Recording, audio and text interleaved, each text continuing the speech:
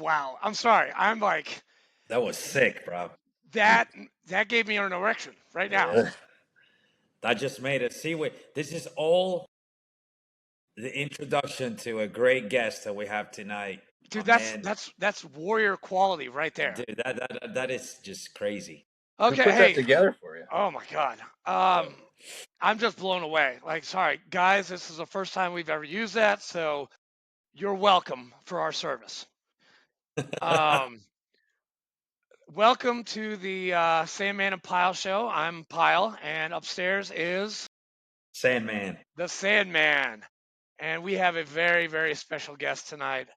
Um, Henry and I, we've known this guy for God, 20 years, 20 years more. He's a warrior. He's a Freemason. He's a wrestler. He's got the cauliflower ears going on. He's a beast of a man, and his name is Jesse Drahos, and we love you, dude. I love you guys too, man, and I appreciate the recorded applause. It's probably the only time anyone's going to applaud for me ever, so I'll take it. I gotta be on the spot with the drums and the laughing, and I've got to add so much media. Like I want to do like uh, the Marine Corps hymn, the Navy hymn, Army hymn, all that stuff. So it's gonna be, so people can love this podcast. The Marine Corps hymn's good enough for all branches. I wouldn't worry I about the think so other too. ones. Yeah, I think so too. So, So before we begin, I know Sandman's got a couple announcements, but I want to throw this out to Chris Nobles of Semper Fi Designs because this guy made our logo, which is up in the corner over there. He made our website and he made that promo that you guys just watched. So thank you, Chris. And he's a fellow Marine. He lives in Monk's Corner, South Carolina, and I'm I gotta say this, Chris, it's worth it. Okay, the $1,000, it's worth it, dude. Wow. But also a shout out to Semper Suds, Devil Dog Brew, Ton Tavern Legacy Foundation, and I mean that's it because I really want to get into the interview. But Henry, Sandman, do you have anything you wanna add before we get to our interview? Same. Just a shout out to the same sponsorship as last week. ONC Cleaning. Miss Maria del Carmen Oliva doing her thing. Give her a round of applause, man. This I will. lady, she's been definitely supporting us. She introduced us to another sponsor who is going to be pretty much investing on the show, donating, some money. So we'll actually have a meeting with them next week. They want to learn a little bit about the show and whatnot. So shout out to them as well. Paying Cool. One Inc. out Yeah. of If they want to donate, Matthews. we Yeah. have a couple packages um, on the site. We've got private or PFC. We've got corporal. We've got sergeant, staff sergeant, and the gunner. The gunner package, basically, we're gonna put it's a kitchen sink. Like you get a T-shirt, you get a mug, you get this, you get uh, a shout out every single episode. Just look at the sponsor package. It's connected to a bank account, and we will get you your I-9 or whatever for your nonprofit, and we'll take care of it. So thank you And very much. and But through them we also got another sponsorship on the way. This is a big one though. um I'm sure you know them. Huge contractor, Pulte Homes. oh yeah, So what you got Pulte Homes? we're gonna meet with them next week as well, and Damn. see what they want to see, what we're about, and we're gonna show them what we do here live today. So yeah, big shout out to them, Pulte Homes, Pay One Inc. Thank you for coming through. Miss Carmen with ONZ Cleaning, thank you again. Let's dive right into it. Okay. Today's our first live show ever. So for everyone, all the viewers and listeners on the different platforms, I cannot express my gratitude to you, brother Jesse, for joining us tonight. For the viewers out there, I have not seen Jesse in over 20 years, but he still looks like I met him 20 years ago. Yep. That's Yes, he crazy. What are does. you drinking, my man? A lot of IPAs, I guess. Jesse, it's time for That'll you keep you to healthy. introduce yourself to the world of the Sandman and Pile show. So definitely good to be here because I get a chance to talk to guys from 3-8. I always love running into guys from 3-8. I always miss the guys. So it's definitely an honor to be here and a privilege, and very glad to be here and get to see guys I hadn't seen in a while, especially with guys that I've been through things with. It's always good to see you and talk to you guys. So uh, you know, I'm pretty much on a high on a Friday night being able to do this. Currently, I am a state trooper with the Iowa State Patrol, and I am a TAC P in the Air Force, which is the Air Force's Special Warfare, or underneath that umbrella, but through the Air Guard. It's kind of something I don't say out loud, especially having come from the Marine Corps, which is obviously where we met.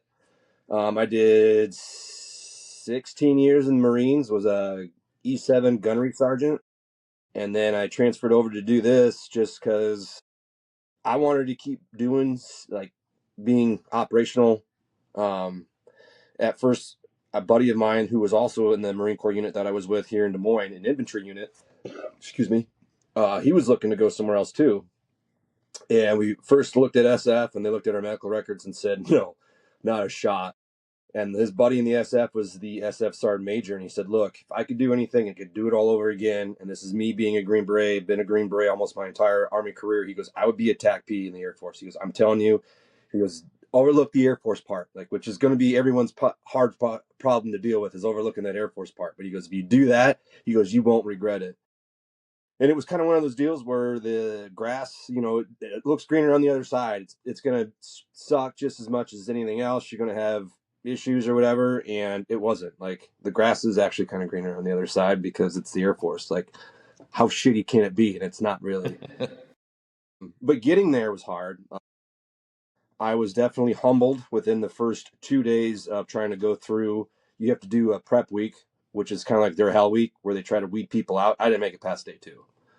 But they recycled me because I didn't give up. I had a health issue going through. It was heat exhaustion, and failed enough events. And they're like, "Hey, look, we'll take a chance on you and let you recycle through, but it's not like you're going to get too many more shots." So then I called back to the unit that I had left from the Marine Corps to let them know, because they were curious on how things were going. And I told them, I was like, "Hey, look, I didn't make it past day 2."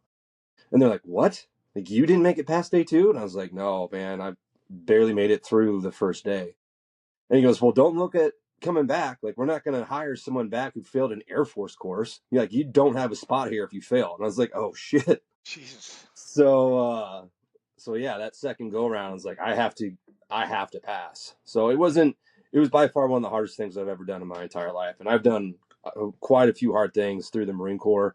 I was talking to Andrew about it. Like, the McQuiss was probably like, there's every day I was like, today's the day I die. Today's the day my heart pops in the water. Today, like, I had polarized goggles for a good thing, and I was in the pool, so you couldn't tell. Like, I was pretty much crying from the inside with how hard this was. And I had guys from Force Recon that were there, and some other recon dudes that were saying the same thing. Like, dude, this sucks. This is hard. I was like, oh, thank God it's not just me. Oh, I'm not that big of a pussy. This is so. And they went through pre-dive and combat dive. They did a lot of water con while they go through BRC. So it's not like this is something that they blew through, like, and they didn't have any experience. Like, they've done all of that, and they were even saying it was hard. And then I went through IULC, which is the Marine Corps Infantry Unit Leaders Course. Platoon sergeants go through it. That's got a high failure rate, both physically and academically. That was fucking hard. The Summer Mountain Warfare Survival Course was hard. That had a large failure rate, and that was mostly due to the physical portion of it. There were some academic portions, like all the knots. You have to learn all the knots and stuff, and you have to do it blindfolded. You have to do it timed. Jeez. That was hard. And then MAI, the martial arts instructor course for the McMath instructor course, that was pretty physically hard. I think McQuist was way harder than that. And one of the instructors even said, like, my biggest thing when I train is I train the water because it's the hardest thing you can do to get in shape.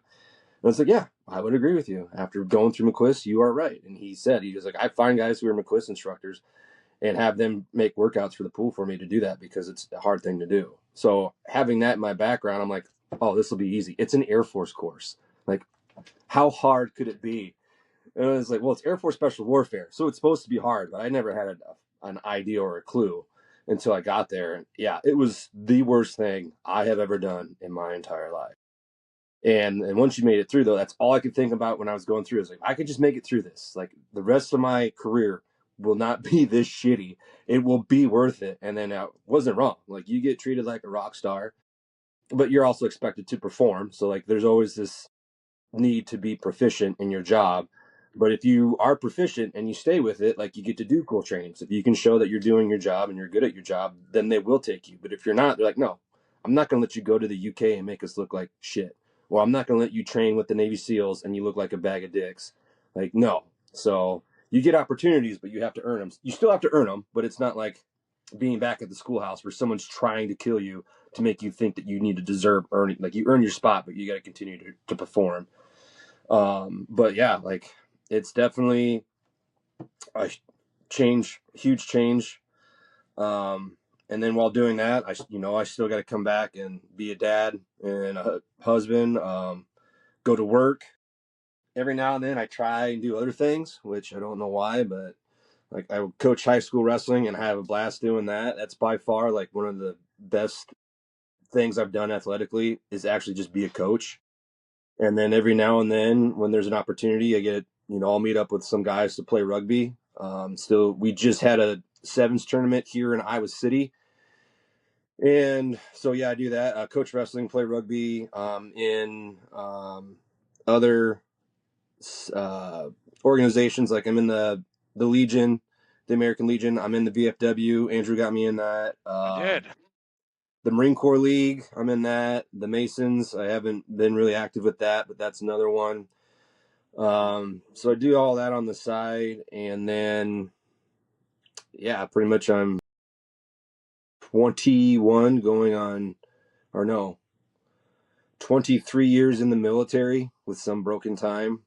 Um, in the Marine Corps, now in the Air Force Special Warfare. Was a wrestler all through high school, wrestled with the Marine Corps wrestling team. I wrestled actually unattached at the Naval Academy while I was stationed at 8th and I, and then play rugby. I know I get asked a lot about MMA. I haven't really dabbled in it a whole lot. I've tried with time. I just never had the time to really get too involved in it, but I enjoyed it. I wasn't bad at it. I was a white belt in jiu-jitsu, and I was still doing okay with guys that were blue belts or purple belts. So when we got to the ground, where I struggled, they knew more than me in defense, and they knew more than me in attacks.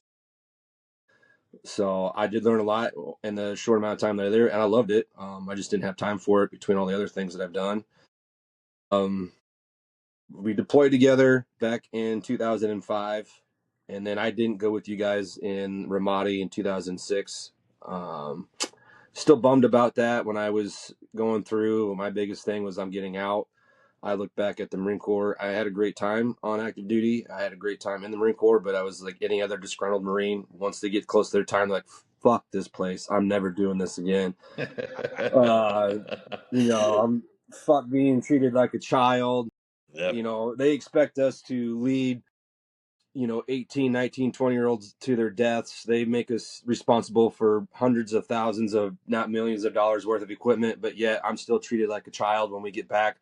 You're not allowed to do anything but touch yourself. Don't touch anything else. And sometimes we won't even let you touch yourself. But like, when the time comes, we're going to put you back out there with a gun, leading people to their deaths and killing other people at the same time.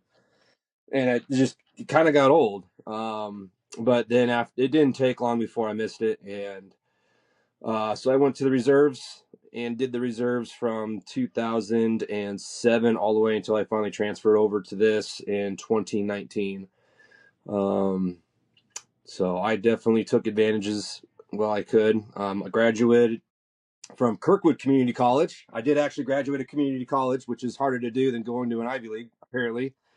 You see a lot of people go to community. That's good, bro.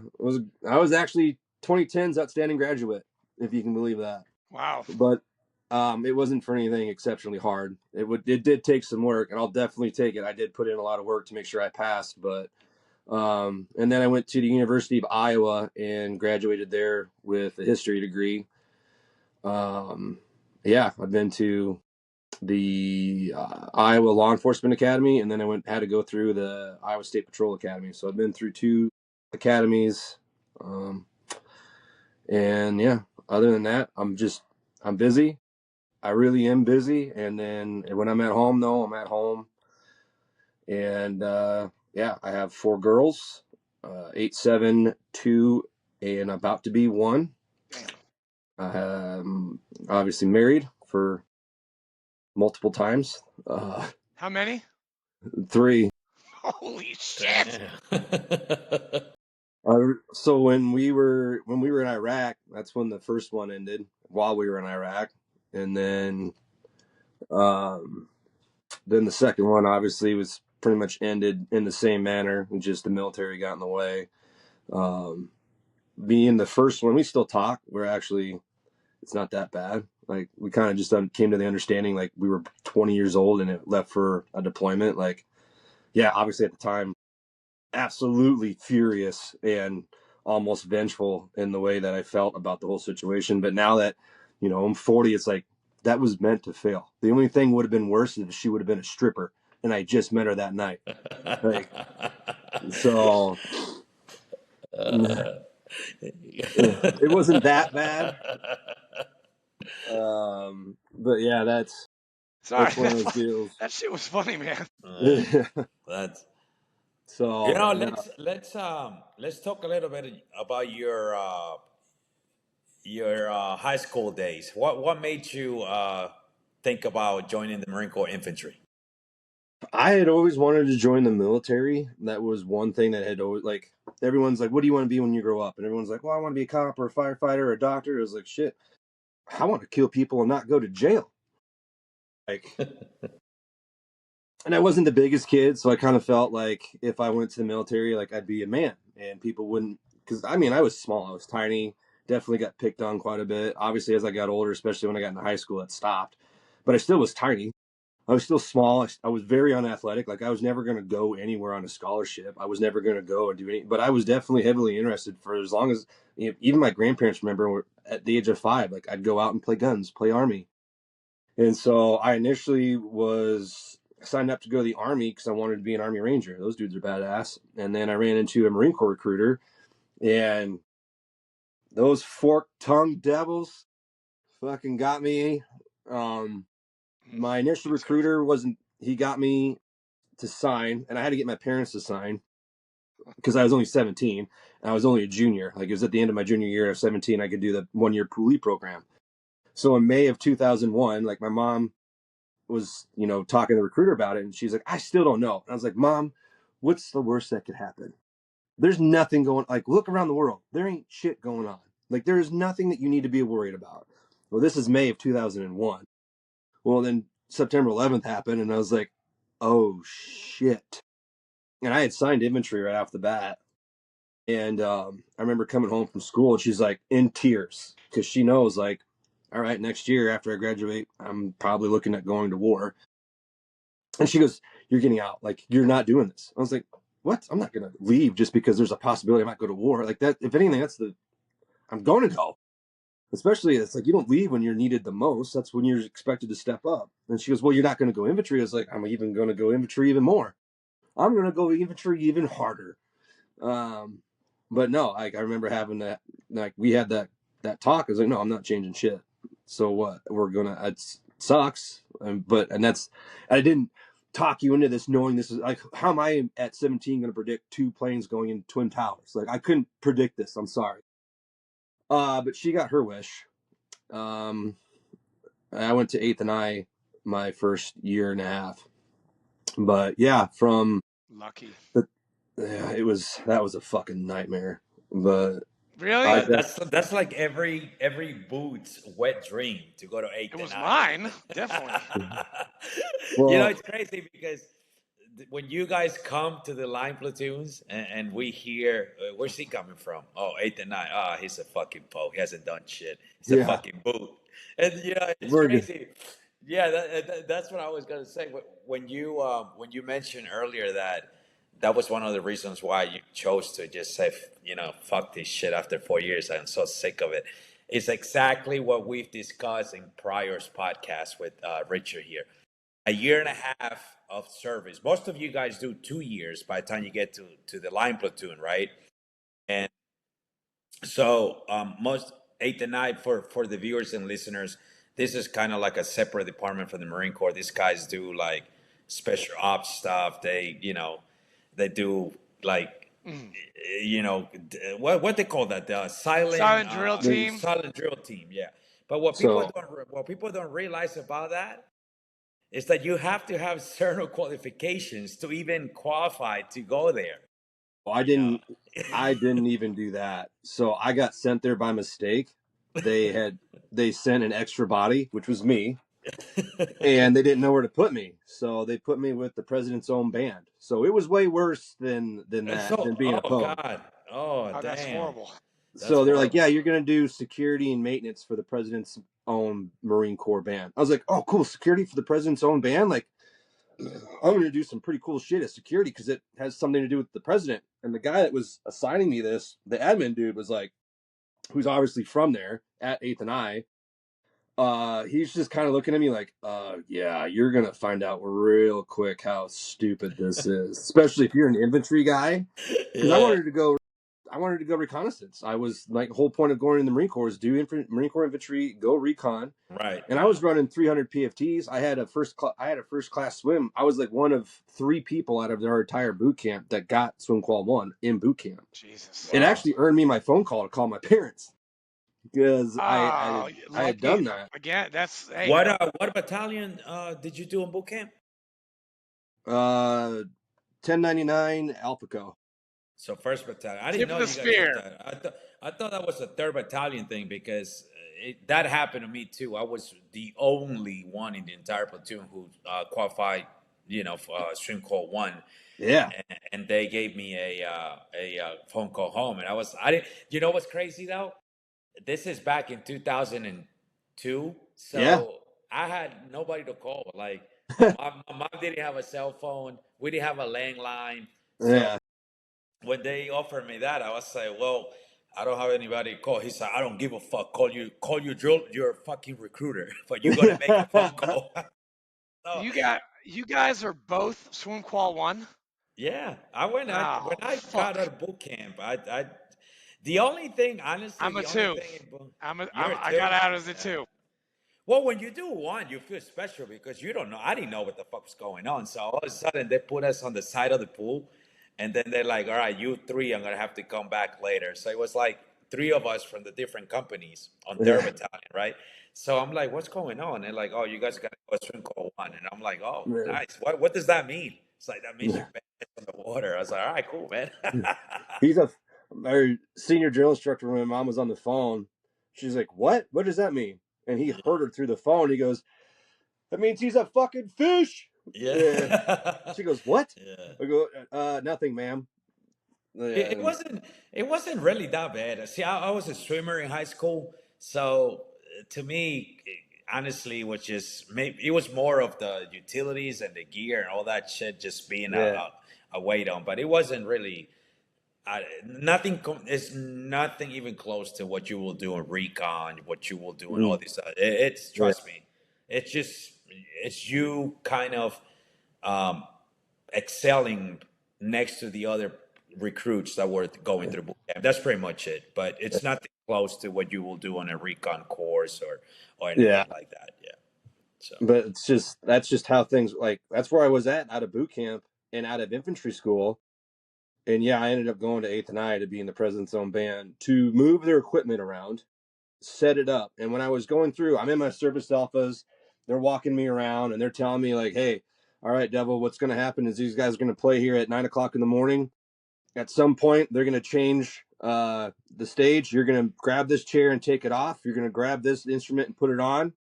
And I'm like laughing. I'm like, huh, cool. I know you guys fuck with us. I'm just ready to get smoked and then go to my room. And then you tell me what I'm going to do. And they're like, Devil, this is it. This is your job now. I was like, I'm infantry. Did you not know that I'm an infantryman? This is not something infantrymen do. This is what pogues do. And he's like, no, dog, this is your job now. Oh And my I was like, God, dude, that's crazy. and I fucking, and then the worst part is guys that end up there, they're guys that get cycled out of like the silent drill platoon. We had guys that got cycled out of the body bears Yeah, yeah, that go yeah. there. It's either that or grounds where you do like the landscaping for the base. You're just a landscaper. Dude, that's And like crazy that they wouldn't pick you to go to the silent drill team, man. You have literally you have all the qualifications for it. I was there after they went through, like they have a school for it. Like you have Yeah, to, yeah. so they do that. And then from the silent drill team, like you got to go through the line companies where they do some performance as far as like drill, but it's not obviously to the level of that. And they'll pick guys out of that. And that's who will go to the silent drill platoon or silent drill platoon. And that original course for that line company is already done. So there was like, there's nowhere else to put you. And the three that I came with, they were supposed to go there. They were actually selected to go there. I was just that fourth body. And I just like, well, shit, this is far from what I joined the Marine Corps for. And not only that, I'm walking around with this stigma, like I'm a piece of shit. And I remember going through there and I was like, all right, well, if this is where I'm going to do, or this is where I'm going to be, this is what I'm going to do. I'm just going to, well, I might as well be good at it, or at least not fuck up. And Yeah. I'll just try and figure out what else I can do there. And while I was there, like it was obviously far from infantry, but I would still go to the field. Like every company has to go to the field once a month, and I'd volunteer to go to both. So Bravo Company would go out, I'd go to the field of Bravo Company.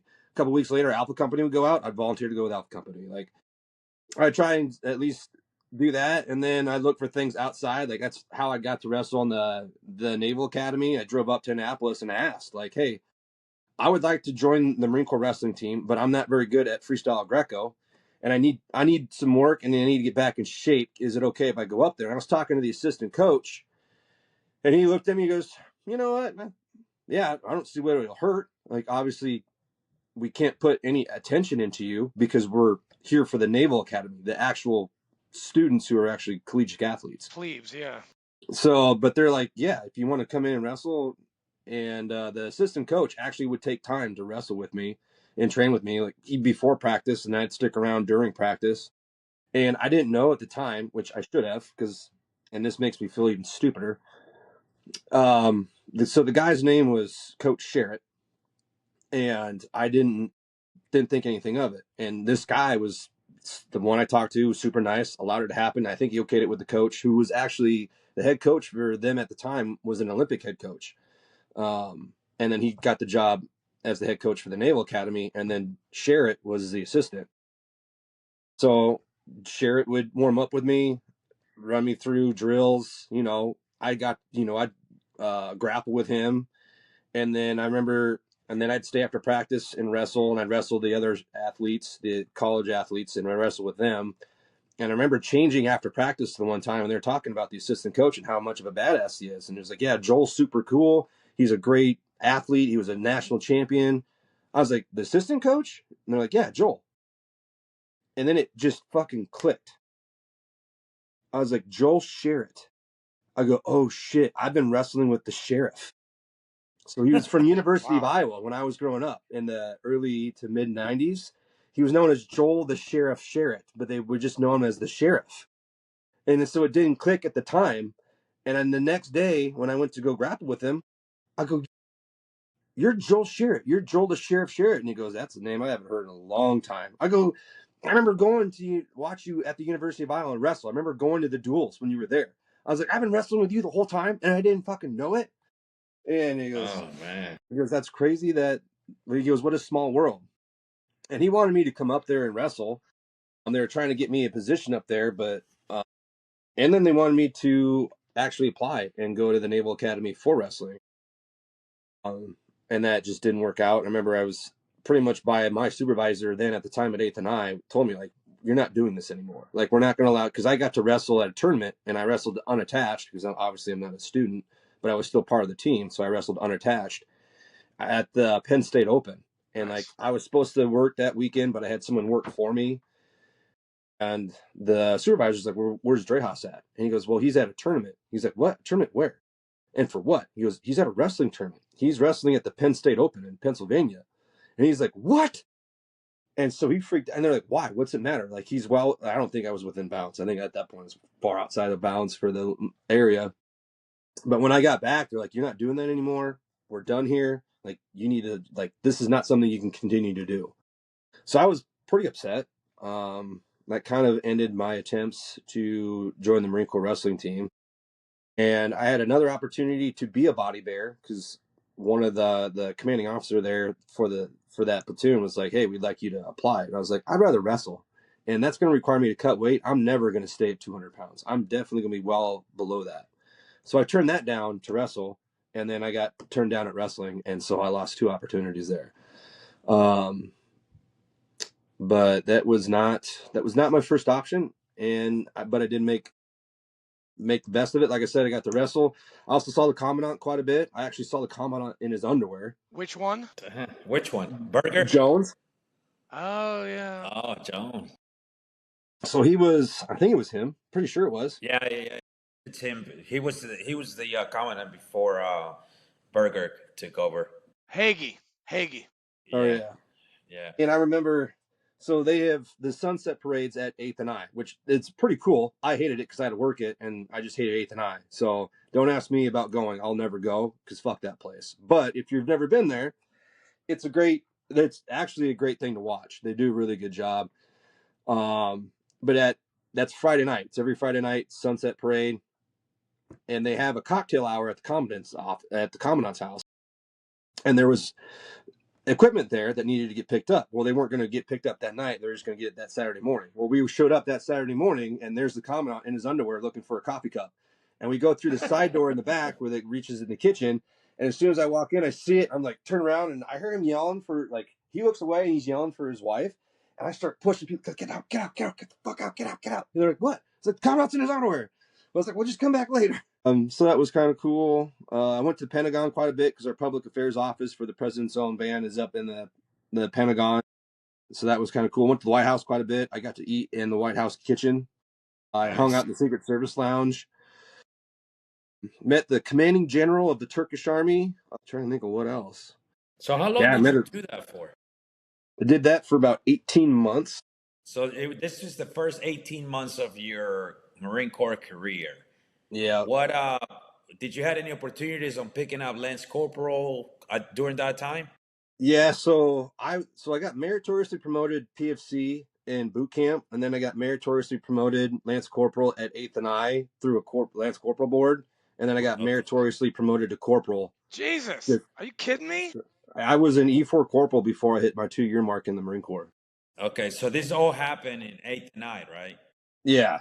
Damn. So this was not the case when I went to Lejeune. Well, that's Jess ended up getting pretty naughty when we went down there. Yeah. So you get all this, and for the viewers and listeners, when you get meritoriously promoted to E4 or E1, E2, E3, and the E4, you're a big deal.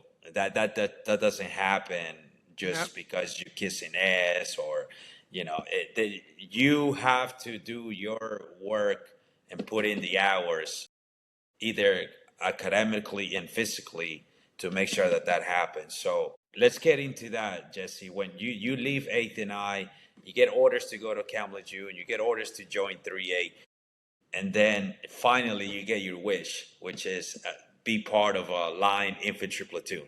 Yeah. So, and how that happened was just as crazy. So while at 8th and I, like I said, my supervisor had made me quit wrestling. We butted heads from the get-go. We did not like each other. I don't know what it was. And at one point I was like, well, maybe it's me. Because I had another, like, my direct supervisor who was a sergeant, and he did not like me at all. I remember there's a couple times where I fucking slammed him on the ground. I remember having, things in my hands, and he threw a snowball in my face. Well, my hands were full of equipment. And I remember just dropping it. I'm PFC nobody, but that pissed me off. I dropped everything in my hands, and he's like, "Don't touch me. I'm a sergeant." By the time he got that out of his mouth, I had already slammed him on the ground, and I had taken his head. And I was just slamming it into the snowbank. And this is in front of the office. Well, the office is like around all the major offices, all the like lieutenant colonels, majors, sergeant major. They're in this like big horseshoe of buildings where all the offices are, and this is the parking lot's almost in the middle of it. By the ballroom, we're loading up this equipment, and here I am, PFC, with the sergeant's face, slamming it into a snowbank. And then like I finally like stopped, probably the fifth or sixth time, like midway, like realizing like, oh shit, well I'm screwed. Like I just assaulted an NCO, Article 91 or 89 or whatever it is. and like this wasn't just like a brush of like confrontation. Like this was very violent. It was without a doubt like me beating the shit out of this guy. And then it happened another time where I was like training for wrestling, and he wanted me, like I was trying to cut weight. I was in a suit. I had a stocking cap on, gloves on. I was inside. I was on a bike trying to sweat, work out. And he goes, "Hey, take that hat off." I go, "Oh, sorry." It was because I'm inside. He goes, "No, I just don't like the Iowa because that's where you're from. Take it off. I don't want to see it." What I an was like, asshole. "Well, then no." He goes, "Take it off or I'll make you take it off." I was like, this is already after the snowbank incident. I was like, let's see you try. It didn't work out well for you the last time. And he like tried, and we slammed on the basketball floor, and we were rolling around, and that was in just another incident. He just did not like me. And when I went through the Lance Corporal board, I had no help. He goes, "Oh, I heard they're putting you up for the Lance Corporal board because they think you're someone worth getting promoted." He goes, "Basically, someone in your direct chain of command is supposed to help you, like help you study, help get your." He goes, "I don't give a fuck about what happens to you." He goes, "I hope you fail."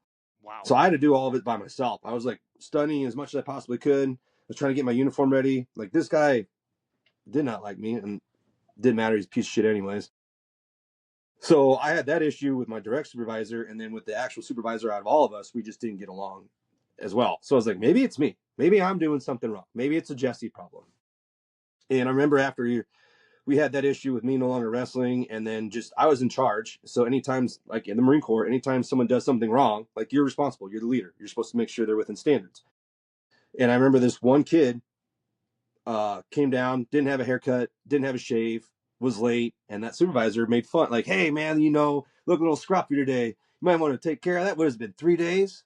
And then they were laughing about it, joking. And he comes to me and just screams my ass. He goes, "Why is he coming in late? Why?" I was like, "Why are you joking with him? Like, apparently it's a big deal. I'm hearing about it directly from you at a volume you use at a fucking concert."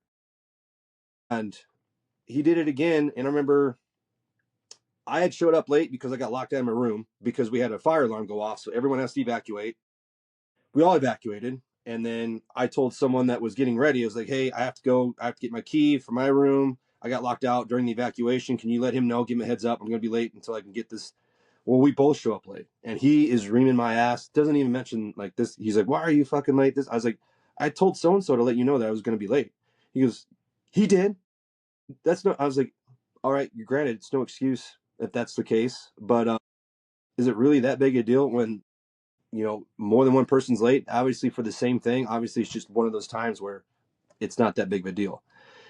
And he goes, just loses his mind. He goes, "I'm not going to tolerate you talking back to me. We're going to see the warrant officer," and we just have it out in his office. And the warrant officer, we are screaming at each other, and I am shaking in rage at this man. And finally, the warrant officer's like, "Stop.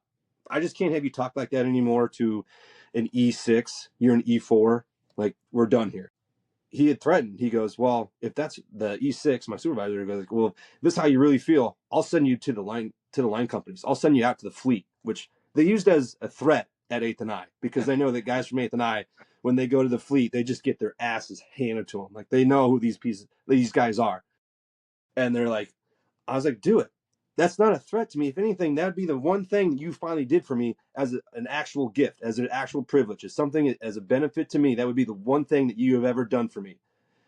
And he goes, Don't make me call your bluff, Drahos." I was like, "I'm not. I'm actually, if you want to send me to the fleet so bad, fine, do me the pleasure. I will I will take the orders to the fastest deploying unit that is available." That was in the morning. That afternoon I had orders to 3 at India Company. who were about to go to the.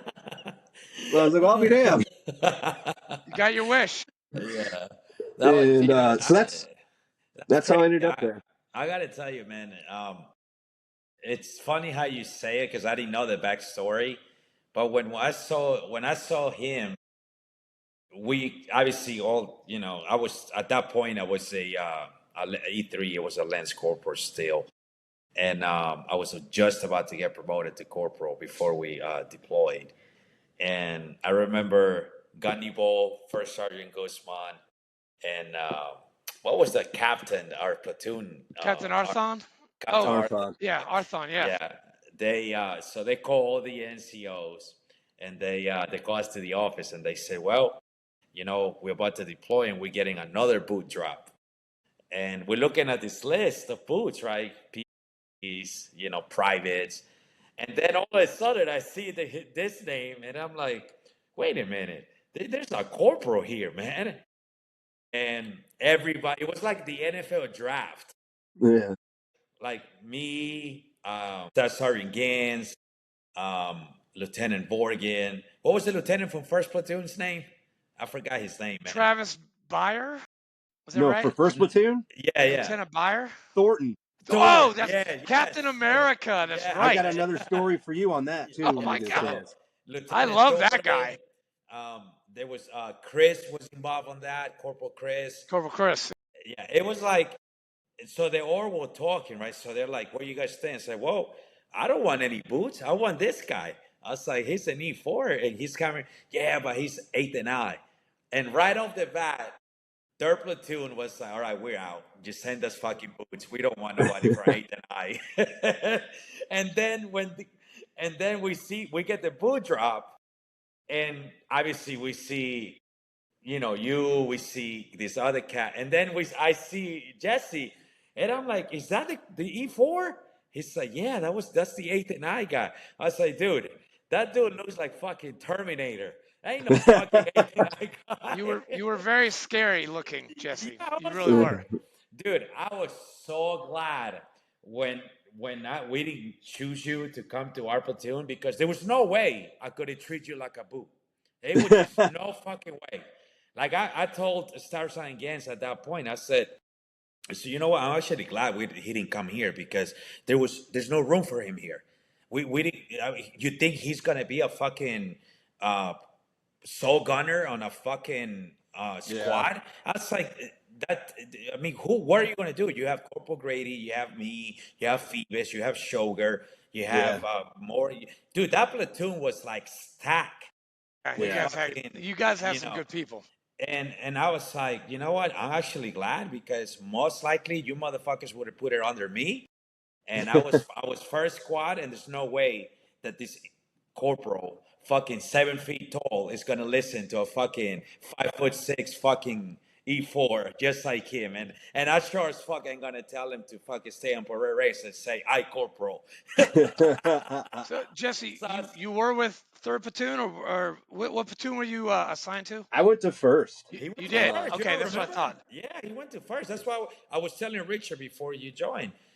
Drea, when I saw him, when he went to Lieutenant Thornton, and dude, the first platoon was stacked with shitbags. Yep. Like They had. So I had Buseri, Matt, underneath me, and Oh he yeah. was pretty much my guy. He was. well, Matt was your guy. Well, Matt was my guy. Your guy. I don't know how you got along with him, but Anziano. Oh, Yeah, Anziano. that That's another one. crazy motherfucker, man, has got like a bat, like the Yeah, Batman symbol tattooed in the back of his head. see, I but loved it. I loved Alciano. Busheri was with He me. is. Like we were the boot drop to those guys that you just mentioned that were just fading out of the Yeah. Marine Corps or out of the platoon. But I'm glad that you ended up with him because that Oh, guy was a stand-up guy, man. yeah. He had so much experience. He had been to the Philippines prior to that too. I think, and like you could like I knew he was older, but you could tell with him as he was like in charge of things. Like he was an experienced dude, level-headed, very logical, very smart, and they had me in charge of him. And I was like, all right, I already know for a fact, like, this guy is not just a Lance Corporal. This guy is Yeah. smart. And if he has any suggestions, like, I think he was 25, maybe 26 at No, that time. I know he's older. he was much older than all of us. Really? I mean, he was right same age with Anziano. They were in the late 20s, early 30s Okay. at that point. I was 26, Jesse. I, Were I was you? I was 26. Dude, I I was only, was I was the oldest, dummest boot of 3rd Battalion, 8th Marines, India Company, I was all my only these platoon. guys, 20. all I these was, guys were like a lot old, way older than when me and you were, Jesse. Like me and you were pretty much the same generation. yeah, Came in just like you said, you went different ways at the beginning, right? But there was no way. Like everybody was talking about your arrival, and I was like, dude, I don't even know what that means. We don't know. You go to a line platoon, you don't know what eighth and I is. Like I was yeah, like, what is eighth and I? They're like, oh, they're the ones that dress up every day and wear their blues and shit. I'm like, what? What the yeah. fuck is this guy coming here for? Is he fucking asking for a death wish? There's these guys are softer than baby shit. They don't That's stand a chance. and it's well for you. I can only imagine. So let's dive right into that shit, man. Because you coming from that department right into this stupidest thing that we do in line platoons. That must have been. Was it a shock for you at first? Not really. I was still worried about how I was going to do because I knew, like, as an E4, I knew they weren't just going to put me at, like you said, as a fucking saw gunner. I was either going to be a team leader or squad leader. So I was more worried about where I was going to go, what I was going to do, and then trying to prepare mentally for that and trying to think of, like, all right, all the things, like, because I had obviously delved into those things a little bit, dug into it with, like, what I could for, like, training and studying. I was studying crew serve weapons. I was studying, like, how to implement all the crew serve weapons, everything, like, CIs. just all the nomenclature. Like, I was trying to do it, but obviously studying it and actually doing it and actually being proficient in it are two different things. But I didn't want to go there completely empty on it and not know. So prior to that, I was constantly studying. I had done other courses to kind of prepare, but nothing like an actual experience in that job. So I was really trying to think about, like, what am I going to need to know? What am I actually going to need to portray right off the bat to prove, like, I'm not completely incompetent? So I was just kind of worried about where I was going to go, how it was going to end up, and then just go from there, and then just watch how platoons were, how they interacted with each other, what the environment was like, what the camaraderie was like, what the relationships were. And I spent the whole time just watching you guys and studying you guys to kind of figure out, like, where and how am I going to fit in. And they told me, like, yeah, you're going to end up being first squad, and they're like, well, I'll introduce you to your platoon. And they're like, yeah, first squad is this right now. It's Buseri, but you'll obviously be in charge, and he'll be one of your team leaders. And I was like, all right. Well, then I watched Buseri, and I could tell right off the bat, one, he's not 20, he's not 19, he's Yeah. not some young Lance Corporal. Two, he knows what he's doing. Like, you could tell at the time as he was uh, completing and negotiating some type of a squad event with him as a squad leader. Like, oh yeah, this guy's know what he's doing. And if I have any questions, I'll just ask him. I'm not above asking somebody a question or getting advice. Like, if I don't know, it's better to go to someone who does and actually get a right answer than come up with something on, like, pretty much invent the wheel and invent it wrong. And like, at this point, this is big game rules where, like, a wrong decision is going to get someone It's killed. good, right? Yeah. So, like, at this point, like, he looks like he seems to know what he's doing. If I have questions, at least we can corroborate together a plan if I need to. But at least I have someone that I know who I think is intelligent and logical and experienced. I at least have that, and that built my confidence even more. But at the same time, I was like, well, I definitely don't want to be uh, too reliant on him, because then it's like, okay, this guy's not even in charge like he's supposed to be. He's supposed to be the squad leader. He's an E4, and yet the person making all the decisions is an E3. So it's like, at the same Yeah. time, I was like, all right, I need to figure out my balance and at least know when to come to somebody for help and when not to. But I knew I wasn't going to be my platoon commander, and it wasn't going to be my platoon sergeant. Those two, I don't have a lot of great things to say. Yeah. And with Lieutenant Thornton, another thing, Captain America.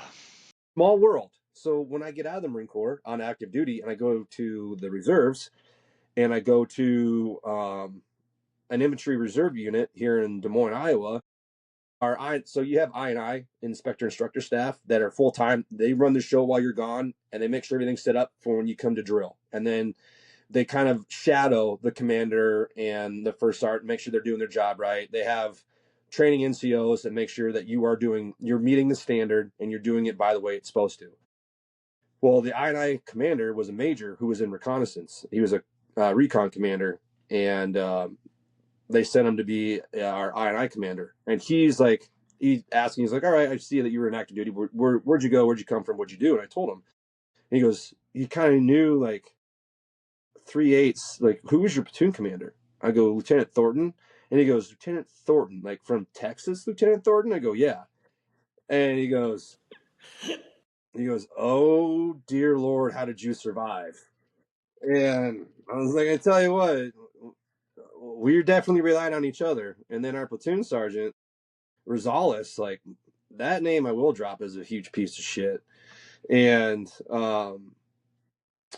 what was worse was when I was on the reserves, I went to Lejeune for squad leader school, and I had Hallrath, who was a gunny at the time, and he was in charge of the SOI there at Geiger, and he went with you guys to Ramadi. He knew Rosales. What was his and name? Hallrath, Josh Hallrath.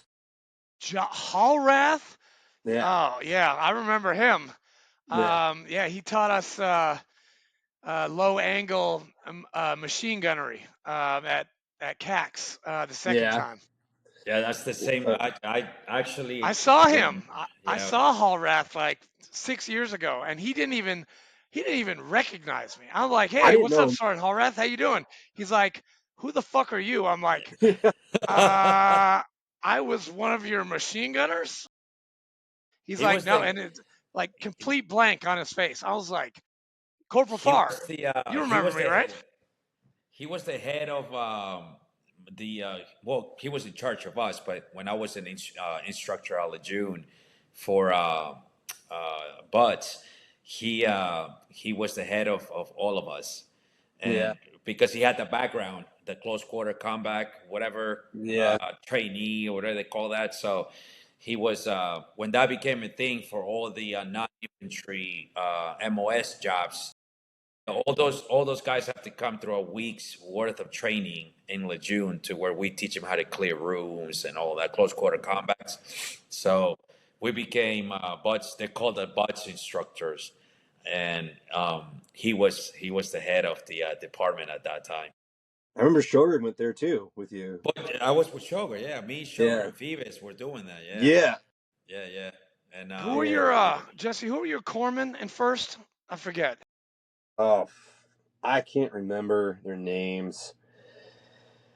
'Cause we But had Boodle. Sanchez, Yeah, sorry. Boodle. Yes. No, Boodle. It was Boodle no, Boodle. was mine. Big Boodle was mine. yeah, Big Buddha was yours. Morales was ours in third platoon, and Lanning. Morales. Yeah, Yeah. Morales and Lanning were ours. But I never. I gotta be honest with you, man. We first platoon, and I before you got to first platoon, Jesse. First platoon was composed of nothing but shitbags. Yay. So it was like that platoon was like irrelevant to India Company. Like it was literally anything that the company used to get assigned. It was assault, their platoon, support element, First. first platoon, and then second platoon will be our support element because we just didn't trust anybody on that platoon, bro. Like it But was in just like first or second, because second they also had no, some. well, second had some, but Eh. you probably even ran into them, man. I can't remember all the names, but they were dude. These guys were like fat and just lazy, and I was like, damn. And the Yeah. worst part that I hated is that just like you, when I came into 3/8, dude, I already had two deployments under my belt, combat SEAL action, training. SEAL training, all these other stuff.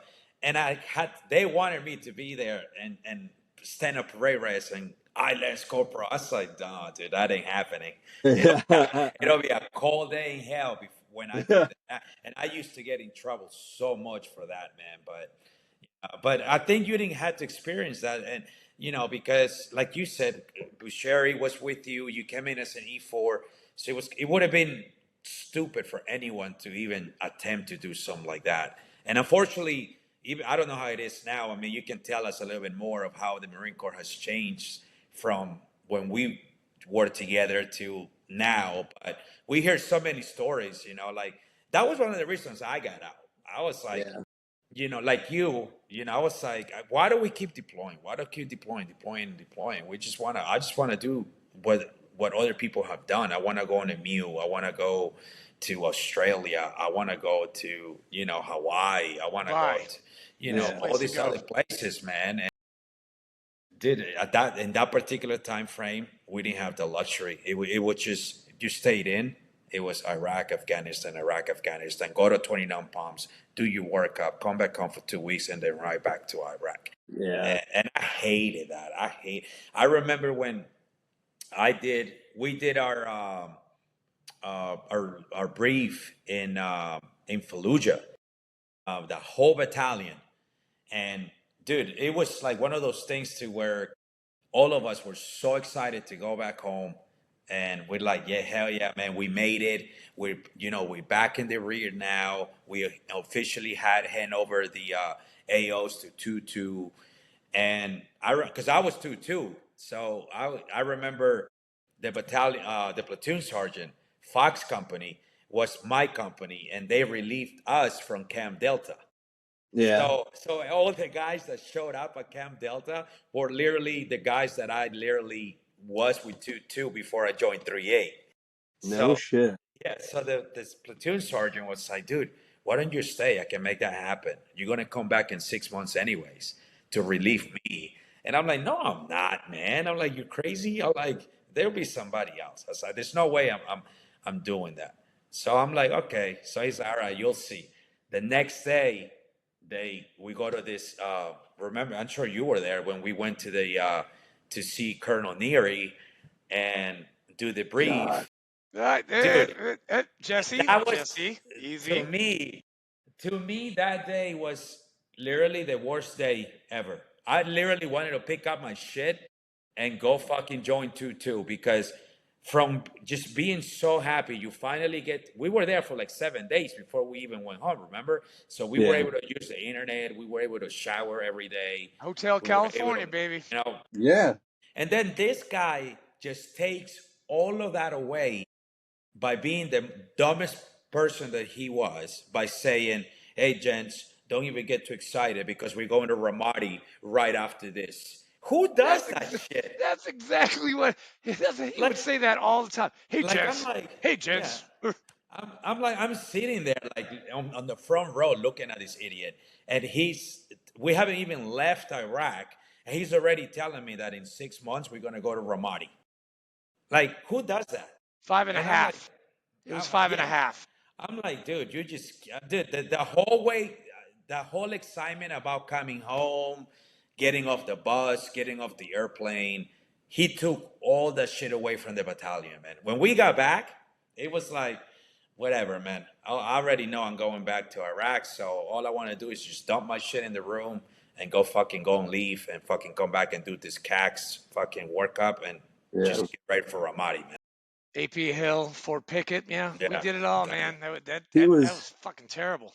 he was not the man of he was not known as being the man for the moment. Because I remember when Corporal Olson was killed, they went when that 7-ton got hit with the IED and it rolled over yeah, on top of him, squashed his head. Over trying to go and reenact an incident with third platoon because of that whole fucking citizen getting or that civilian getting yeah. shot up. So they took him back out there to where it happened to like look at it, and it was like we all told him like, don't do it. You're gonna get hit by an ID. Where Yep. one ID worked, they're gonna do it again because it worked. And sure enough, that 7-ton that they were in that got hit with Olson in it in the turret. We were the QRF, first platoon was, and I remember going and we show up there. It's like I don't know how long it took us to get on the trucks and finally get there, and everything's pretty. Security's already set. The only person not in security is obviously Olson, whose body is in the middle of the fucking road with a blouse top covering his head, and then like the remains of his head that was not covered, was just sitting out in the middle of the road. And he comes up to us and approaches us, the Neary does, as we're getting off to help you guys and reinforce you guys and assist with this, because someone, I can't remember who it was trapped underneath the 7-ton, broke his back. Pereira. Yes. Was it Pereira, or I'm trying to think. I know Pereira got ran over. Was he the one that? Yeah, well, Pereira's the one that got. They call him Tracks because he, Yeah. Ufford ran over him. Yeah. Yeah, because he was right behind the 7-ton, and Ufford didn't see him at all. But there's someone who, like, the rack of the 7-ton that we leaned up against was on top of another Marine, so we're like Yeah. there to help you guys with that. And I just remember seeing, like, as we're getting off our trucks to reinforce you guys, and that's the first thing you see when you get there is that one body, which is Olson, in the middle of the fucking road like that. Here comes Neary. Hey, thanks for the help, gents. Re-enlist. I'm like, how does it have it? How does re-enlisting have anything to do with what's going on right now? Like, you could have just stopped it. Hey, thanks for the helps, gents. He And then came that, up. He came up to me and asked me what I was doing. I was like, I'm providing outside security. And yeah, I was like, don't you have other shit to do instead of asking me what I'm doing? Like, you're the big guy. It was just ridiculous. yeah, awful. But Hey, you're muted. Say, man, you muted. My bad. I'm Sorry. sorry. That's okay, dude. That every time that dude came to Camp Delta with his little convoy, man, and whoever was assigned to be the platoon in Camp Delta, whenever we had to be there and we knew he was coming, it was the most. It, I was like, Horrible.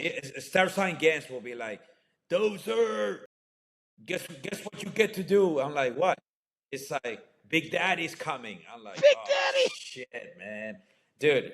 Going on patrol with that man was literally one of the worst things that you could do, because that guy will walk the streets of Iraq like he was walking in fucking Central Park, New York. I have, dude, I had no idea why he would feel that it was okay to just walk right in the middle of the fucking formation, just wandering like nothing, just with his flak jacket, his 9 millimeter, and his Kevlar. Sir, you can't do that. Sir, you got to fall into formation. Oh, I don't do that. I like, well, this is my patrol. You have to do that. You know how many times I got yelled at for doing that when we got back? I was like, dude, I don't care. You're gonna get my guys killed, and mm-hmm. you only come out of your shelter once every month or whatever, and then we're here every day looking at these locals. We can't be acting like that. Now we actually had the Sergeant Major Gant, the year after. He would do that, but he was also recon Marine, and he was like the toughest sergeant major, the battalion sergeant major that we ever had. And this guy, he would walk down the streets with no Kevlar and no flak and nothing, and but he was a recon guy. Like nobody else is gonna like say shit to him Well, because that's different, man. that guy Yeah, saw some that's crazy that's shit. that's a different story. Yeah. Well, did we even find out what this Neary guy was? When was he an infantry marine at least? I have no idea. I know Yeah, that's a good question. he went to VMI. I guess he was 2 classes above Lieutenant Colonel Sinclair. So he was Mm. class of 80, 86 or 87. And I think I have no idea. I don't know. I know he got relieved of duty because I sent you Yeah. that. Did you ever have to take him out of patrol with Oh yeah. first platoon? Oh, dude, I was headquarters. Like I got kicked out of second platoon for drinking, and doing Hell yeah, stupid brother. shit. You remember that, right, Jesse? Yeah. What And so about you, yeah, Jess? Did you ever have to take him out for patrol or no? No, I had someone who was even worse. I had we had to Rosales. convoy his ass. Oh, yeah, Rosales was no joke either, man. Between him, Vorgan, Thornton, and what was the captain? Captain, I could never remember Captain his name. Arthon or Captain Liston. Well, Captain Liston. Jonathan, yeah. Yeah. But between those guys, I got to tell you, man, being in Iraq, I was so blessed that I didn't have to deal with any of them, because the stories I would hear from you, from the guys in your platoon, from second platoon, I would, Man, I gotta tell you, third platoon. I You don't know guys if are that was. badass. I You don't know guys, if you that's. first platoon, third platoon, you guys were badass. Second and fourth, we were like on, we were on the lower level, I think. And I I'm ended up sorry to going to say that. I I wouldn't ended up say going to lower fourth. level because yeah, that's what I said. That's what I was gonna say. Jesse actually ended up being fourth platoon once I left Yeah. because once I left fourth Fear platoon the to bunny, go, baby. Fear the then bunny. they started with the gay shit. Fuck, you know how much I used to fight with Sugar, not to fucking let what's his name do. Look at him, he's got the Ah, picture of Sugar. yeah. Fear the bunny. Oh my god, man. Dude, me and Sugar used to get into these huge arguments about this fucking Fear the Bunny shit because I was like, you ain't gonna do that shit as long as I'm here. I was like, you get once I leave, once my rotation is done here, you and what was the other guy's name? Um, the other squad leader that ended up being in 4 platoon. Uh, Chris, No, fuck. Not Enyard. It was He was Sugar's team. He joined the reserves too now. God, that is a good question. Was it Josh? Bada. No, you mentioned his name the other day, man. Ugh. God, I forgot his name, man. Is And he? anyhow, Is he the one that he's a cop in Massachusetts right now? yes, yep. Oh, it's on the tip of my tongue. Yes, I did mention his name. Yeah, Shit. He was dude, at and you, He was at Casey's funeral. yeah, yes, Damn it. I It'll can't come remember to me his in name. about 10 minutes. So that's how You my you were brain works. probably with him. Him, and Sugar all came out with the Fear the Bunny shit. Sergeant Herrera, I'm sure, was with you at that point, and Yeah. Gani Lambert. God bless his soul. Preston. No, he was there too, but no, Landis, Yeah, Josh Landis. Oh, yeah, yeah. Okay. I remember him. yeah, yep, and Gani Lambert. God bless his soul. God Almighty with that guy. That guy was in another level, I loved his. I, lo- man. I loved his Libo speeches. They were amazing. Dude, Gani Lambert. It was dude. Gani Lambert was like you, Jesse. When he arrived to 3-8, dude, there were boots that were pissed themselves when they will get chewed out by him.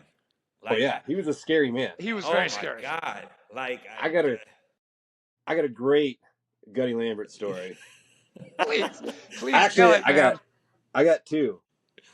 So I ended up in fourth platoon, and I was on radio watch, and I had been there for a while, but for whatever reason, Gunny Lambert, either he liked you or he didn't like you. There was no in between, and for yep, whatever reason, he did like me, so I was good.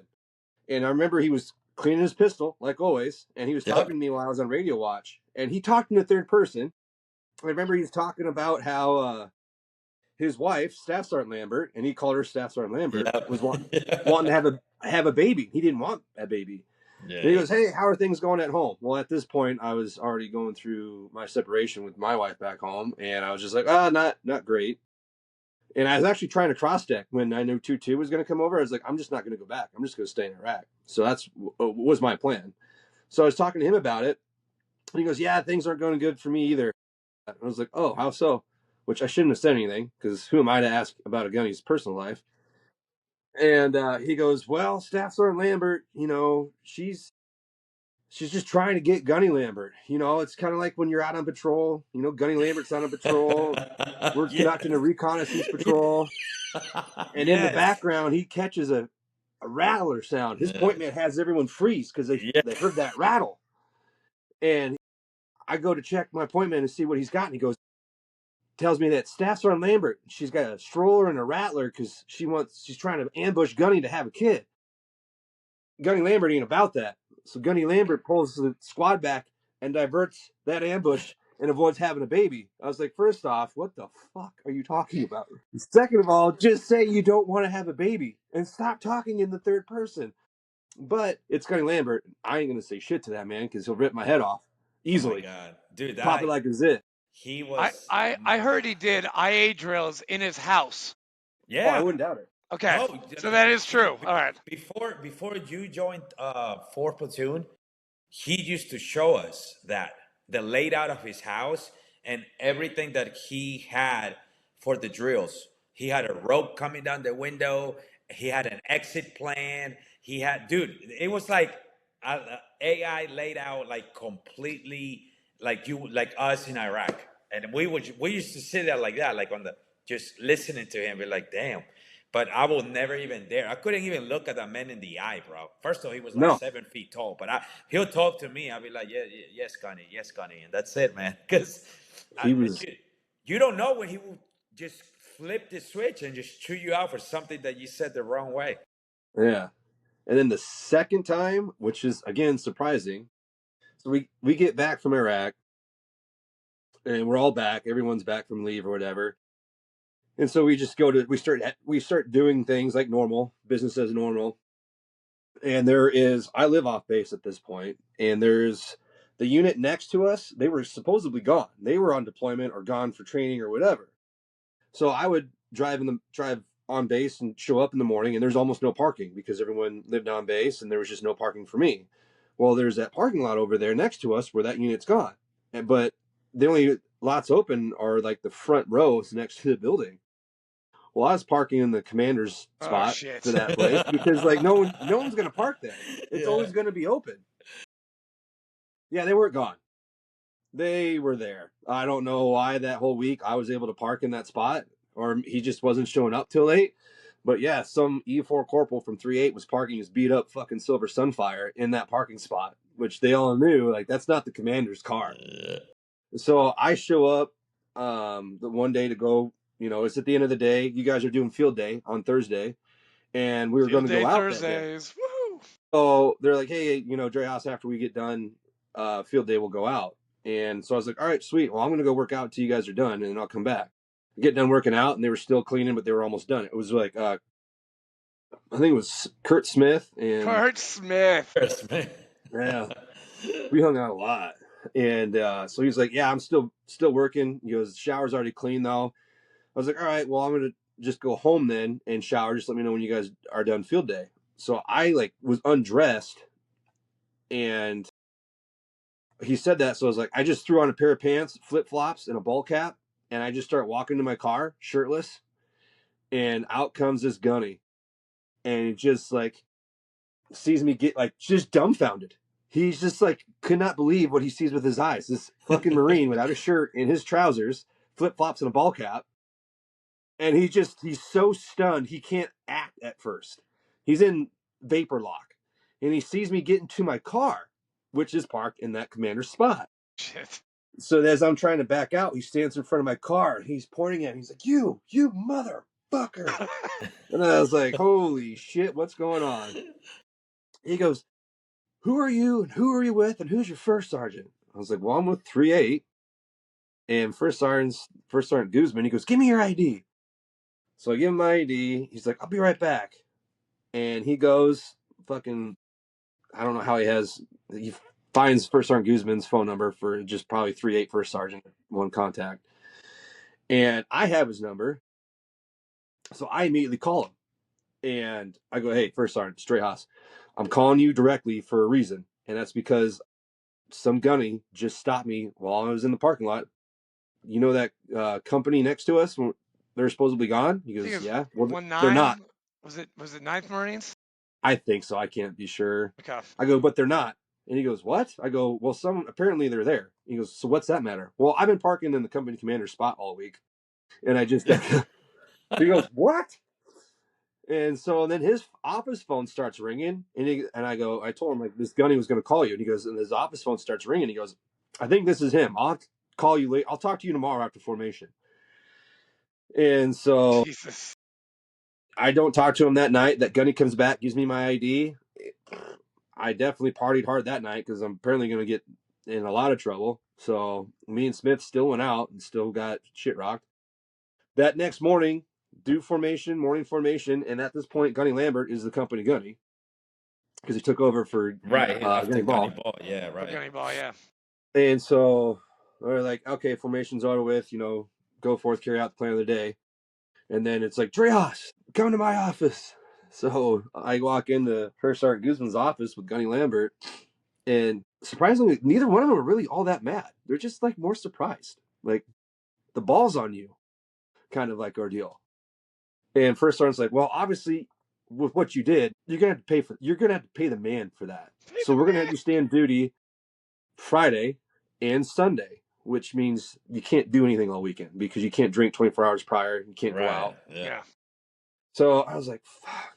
So I mean, I'll take that. It's not that bad. I mean, it sucks, but 24 hours with a 24-hour break in between. I hate duty. Sure, I'll do that. And then we're done here. We're good. And I didn't even get an ass chewing. It was kind of like they were even dumbfounded, like, holy shit, man. So then I walk out with Gunny Lambert, and Gunny Lambert goes, Drahos, when you do some crazy shit, you really do some crazy shit. And that's coming And from I was like, Preston Lambert. Damn. that was Gunny Lambert. And I was like, thanks, Gunny. I kind of figured you'd chew my ass too. And he goes, no, man, I'm actually, old Gunny Lambert's kind of impressed with what you're willing to do. And I was like, man. And then Nah. he's like, hey, you hungry? You haven't had a chance to get breakfast yet, have you? I was like, no, Gunny. He goes, well, Gunny Lambert will buy if you fly. I was like, really? He goes, yeah. So like I get my ass chewed. I didn't get my ass chewed, but I got in trouble a little bit. I'm gonna have to do duty that weekend. Then I got a free breakfast out of the deal. So I'm like, holy shit, that actually kind of worked out.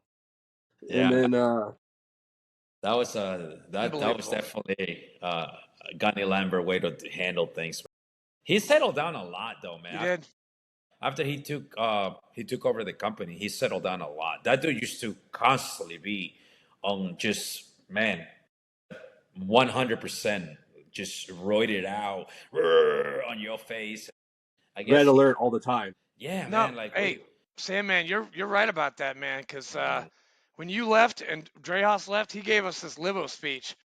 Was like, hey, Devil Dogs, hey there, and we're all like at formation. He's like, hey there, here's my phone number. If you have any trouble, give me a call because you're going on this 96. I have a bag of lye, a shotgun, and a shovel. So if you get into trouble, just let me know. Give me a call, and I'll Yeah. take care of it. I was like, what the fuck? What uh, the fuck are we gonna do that requires lye and a shovel and a shotgun? no, Well, we had that guy was pretty. He was your he before he took over the company. He was still your platoon commander, right? yeah. Yeah, yeah, Yeah. yeah. And he was Then I liked him. I mean, he did go off the handle. Herrera took over platoon sergeant. Gunny was platoon commander. For platoon, the only platoon with no officer in charge. And like I said, man, we had a stack of talent in our platoon, man. Our butter bar was Lieutenant Kingsley. See, Yeah. he just Dude, Steve just that retired. guy, I know, man. That guy, even as a lieutenant, when he came over to us, dude, I couldn't serve with somebody better than him, man. Yeah, That dude was just Kiesling was awesome. next level, man. I actually got into it with him. Of course you did. Of course Nothing you did. like nothing terrible, and it wasn't like he did something wrong. But we're about to go on patrol. I hand him my patrol overlay and give it to him. And we're about to leave, we're about to step, we're doing radio checks, and I get a fucking call like, hey, you need to show up back to the COC. And he's there. And it might not, I can't even remember if I gave it to him or gave it to someone else. I know I handed it to him. Or not to him, but I know I handed it in at the COC. Like, before you leave, hand your overlay over, and you're good. And he goes, we don't have your overlay. I'm like, what do you mean you don't have my overlay? I gave it to you. He goes, we don't have it. You never gave it. And that's when I lost my shit. I was like, yes, we fucking did. I go, you have it. You either have it, you lost it, you ate it, you fucking sold it. It's there. Look. Did you look? Is it on the fucking, like, and I don't think it was him I gave it to, and it probably wasn't his fault. But I'm pissed because now, if they don't have that, we got to create a whole new overlay. And those aren't exactly easy. Yeah. And Gunny Ball heard me yelling. Oh, boy.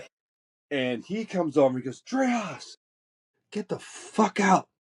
And he goes to talks to your lieutenant, and he was like, hey, he's going to fucking take care of it, all right? Don't worry about it. And he comes back, he goes, just push their departure time to the right some more until they get this figured out. And he comes back to me, he goes, Drahos, I don't like lieutenants like the next guy, but you can't be an E4 corporal yelling at a lieutenant like that. Yeah. Like, you didn't chew me out. I was like, Gunny, like, we're going to get our asses handed to us for being late for information for something we took care of. He goes, I get it. Don't worry about it, Devil. I gave you some time, pushed it to the right. You're going to be fine. but you get the overlay knocked out. And, but other than that, like, yeah, you're right. He was a fucking great platoon commander. No, I mean, like I that said, it guy, probably wasn't. that guy But was by far, even at that young stage of his career, man, he was fucking second to none. Very stand up guy, man, and he was actually Gunny Ball's to go to guy, man. yeah, Yeah, he was actually he everything Gunny Ball wanted, he will go to him and be like, hey Kingsley, Yeah. and Staff Sergeant Gans, for some reason I don't understand why the other commanders, platoon commanders, never got that from Gunny Ball. I know Lieutenant Borg and Lieutenant Thor always wanted to, like, you know be there with Gunny, Oh but yeah. Gunny was always very to the left. Yeah, third platoon, Kingsley, Staff Sergeant Gans, but yeah, it is what it is, man. That shit that happened in Fallujah with Gunny Ball hit us all fucking Yeah. in different ways, man. You know. he was the first one I met when I came to you guys. We were in the gym, the base gym for us, and I showed up, and I just found out like I was going to go to first, but I had to wait for someone to come get me. So we were all there in the gym, and they were going over a crew serve weapon, disassemble, reassemble, immediate action. And so I was just there, like watching, because I had nothing else better to do. And so I was just sitting there with my arms crossed like this, and watching him do that. And Gunny Ball comes over and goes, "Hey, you that new corporal from 8th and I was like, "Yeah, Gunny," and he goes, "You look like you might have came from 8th and You look like you might have been a body bear." And I was like, "I mean, I worked out, but I don't think it was ever big enough to qualify." He goes, "Well, I think you'll do well here. We're glad to have you, especially since we're about to deploy." I was like, "Thanks, Gunny. I appreciate it." He goes, "Not a problem, Devil. Also, next time you talk to me, uncross your fucking arms." Oh, Yeah, man. That's And Gunny then, Ball, man. when we were in Iraq, um, I had he had found out like I had when I was with First Platoon, I tore that IED apart, lifting that bag to see what it was, and so I had done that, and we get back, and that was fucking crazy because when I did that, we realized what I had done. I had torn the battery in the timer, that little washing machine timer that you used to connect to set it off. I pulled that apart from the IED itself.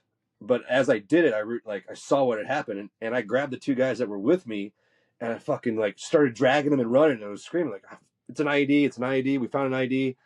And he heard the story, and when I get back to Delta, pulls me aside and he goes, "Drahos, I need to talk to you real quick." I was like, "Yeah, great. I'm gonna get my ass chewed." He was like, "Hey, I heard what happened," and he goes, "You can kind of understand why I'm mad about it, right?" I go, "Yeah, I mean, I get that. It's not like I knew it was an IED though, Gunny. Like, I'm not gonna go up to it." He goes, I get that, but even if you think it's even close to being IED, don't get that close to it. Use whatever means you have available. Don't ever do that. He goes, "We call out those lazy ass fucking EOD guys. That's what their fucking jobs for. They're not doing work like us. They can get the robot out there, and guess what? They lose a robot, they lose a robot. But if we lose a Corporal Drahos, we can't get another Corporal Drahos." Right. And that like was the night, like it really meant a lot to me that he cared, like, and he put it that way, like, we can't get another you, like, and it seemed like he cared. I know there was mixed feelings when it came to Gunny Ball. Some people hated him, some people liked him. Like I said, I always had decent interactions with him. I liked I the liked guy. him. um You only hated Gunny Ball when you were a shitbag Marine, man. yeah, That's it, man. I mean, He was that's what at he ca- he he. if you look at India Company when he took over India, he got rid of all of those fucking Marines. He got rid of every single. He lined up that company to be successful in Fallujah, and yeah, he got rid of everybody. He was like, you got 6 months left in Marine Corps. I don't fucking need you. Go to fucking headquarters company. Do whatever you go run fucking convoys with Colonel Neary if you want to, but I don't yeah, want you. I don't Yeah, want you come here. join headquarters with Yeah, me and the Mortarman you know, because but that's where we yeah. were. But that guy took care of his Marines, man. I'll never forget that, man. That guy made me uh, who I became in India Company because he pretty much took me under his wing. He's like like kind of like you. He one day he came to me. He said, "You know what, man?" He's like, "I see something that you don't even see on yourself, so I'm gonna make you." open up and be that person that I want you to be. You know, 6 months later, he put me up for, two NAMs with the V. You know, you remember that? I was talking to Richard about this, but he don't quite remember. But did you remember when 4 Platoon got hit at the Ice Factory on Yeah. Chicago? Yeah. Right? So I was the reaction force for I that. know. That's what I was telling. I was telling Richard. I was like, I wasn't sure that you were Yeah. second platoon, but I remember seeing you there. And dude, when we get it with third platoon, fourth platoon, so third platoon was actually at Delta, and they were on radio watch. We were at OP2, the Ice Factory, and you guys were the QRF, Yeah. also Camp Delta. So when shit hit the fan, and that's when we lost Schmidt. He got fucking. He was nobody bothered to go look for him, and he was all sipped up on his uh, sleeping bag. You Yeah. know, um, I gotta tell you, man, that to me was one of those sour moments in my career because everything I did that night, obviously I still remember it like it was yesterday. But when you hear it from other people, like Tracy was on Radio Watch, and so everybody at the OCP were like, "Yo, put that shit on. Let's see what's going on." And I'm like, just on the mic, just, "Hey, we're taking fire from the left, QRF here." And Gunny's listening to all of this, and that's when he deploys you guys. Then we have to drive all the Humvees to Camp Fallujah with all these massive casualties. Hmm. And, Yeah. and because I'm only an E4, guess who takes the credit for all of that? The Not only you. E5, the only E5 that was present in that fucking platoon. And I'm like, damn, man, it's like that, man. That's when I realized how political the Marine Corps was, man. Oh yeah. You know? Well, and like, so we were so first platoon was the QRF. We show up, and then my squad was the squad that goes in to clear that building. Yeah. Well, that building's full of all that gas. Like you Yeah, can't yeah. go in there. Oh, So dude, it was crazy how that smelled. and we had to go in with our gas masks on, which we Right. didn't even know whether or not would work. Like who's to say that that filter is enough that you can breathe? We Hmm. might need like an actual SCBA, like a firefighter, to do all. Like we don't know, but they're like, oh yeah, put your gas mask on. Like we don't know what it is. We don't, because they didn't know where the gas came originally. They originally said it was a chemical RPG, and that's where the gas came from. That's what fucked everybody up. And so they're like, we don't know whether it's blood blister, if it's contact, it'll like cause a medical issue, but at least put your gas mask on, and we don't even know if that'll work. And then you're going to go and clear it. You're going to look for all the serialized gear. You're going to look for any other casualties, and then you're going to clear it of any possible enemy, because we weren't sure if anyone went in there or they got trapped in the gas and they were in like an air pocket. So we try and go, like, but you can't. It's at night. The building doesn't have any light in it, and it's full of that gas, and we're like dropping chem lights as we're clearing this building full of gas with our gas masks on. It's not like we can wear NVGs with our gas masks, and we're dropping these chem lights. And at some point, it's like, are we going to actually run into an enemy personnel? Are we going to run that like face to Yeah. face? Like the next, there's only a couple rooms there, but like there could have been an air pocket. And as we open it, it's like, are we going to finally run into someone who's trapped in there? And like, how are we supposed to find? Like, we didn't know where everybody was laying down at. I had no clue what the berthing plan or arrangement was. I didn't know where everyone. But we had to clear that entire building with our gas masks on, in that gas, and then we would find equipment. We'd get enough to fill up our arms, and then we'd fucking run from that ice factory to that gas station with all that shit in our arms with our gas masks on. And then we'd run right back in and have to re-clear everything up to the next point and make sure that that point was clear, grab all the equipment, and then run that back. And I don't know how long that fucking Dude, took. I didn't even know that happened because by that time I was already on the road with Regis, Mm-hmm. and the Humvees loaded up with, just I mean, I wouldn't say casualties because they were still kind of breathing a little bit, Yeah. but we were like full blown convoy loaded up straight to Camp Fallujah. Yeah. And it's crazy that you tell me that story 20 years later because when I took over, the way everything evolved that night, so we were on watch. My squad was on watch, and my squad was only so Shogar was the squad leader. I relieved him from watch. So my squad is composed of three lance corporals and myself. Yeah. So I have them on watch. We get relief, and I had a feeling, just one of those gut feelings, because I kept watching flashlights down Chicago, right? Yeah. So I'm like, something's not right, and it was obviously it was. I don't know if you remember, it was Christmas Eve. New Year's Eve. Yeah. So I'm like, you know what? Let's get out of watch. And everyone inside that building, which for me it was always a no go. These Yeah. New guys were Year's Eve. yeah, these guys were literally unfold and sleep like they were back in Delta. Skivvies, no shirt, sleeping bag, like nothing's gonna happen, just complacent as you can be, right? In the meantime, my squad is in there with full boots and utes doing their thing. And we go out on patrol, and all as soon as we leave OP2, we hear like literally right in the middle of my formation. And we see the RPG coming from Chicago.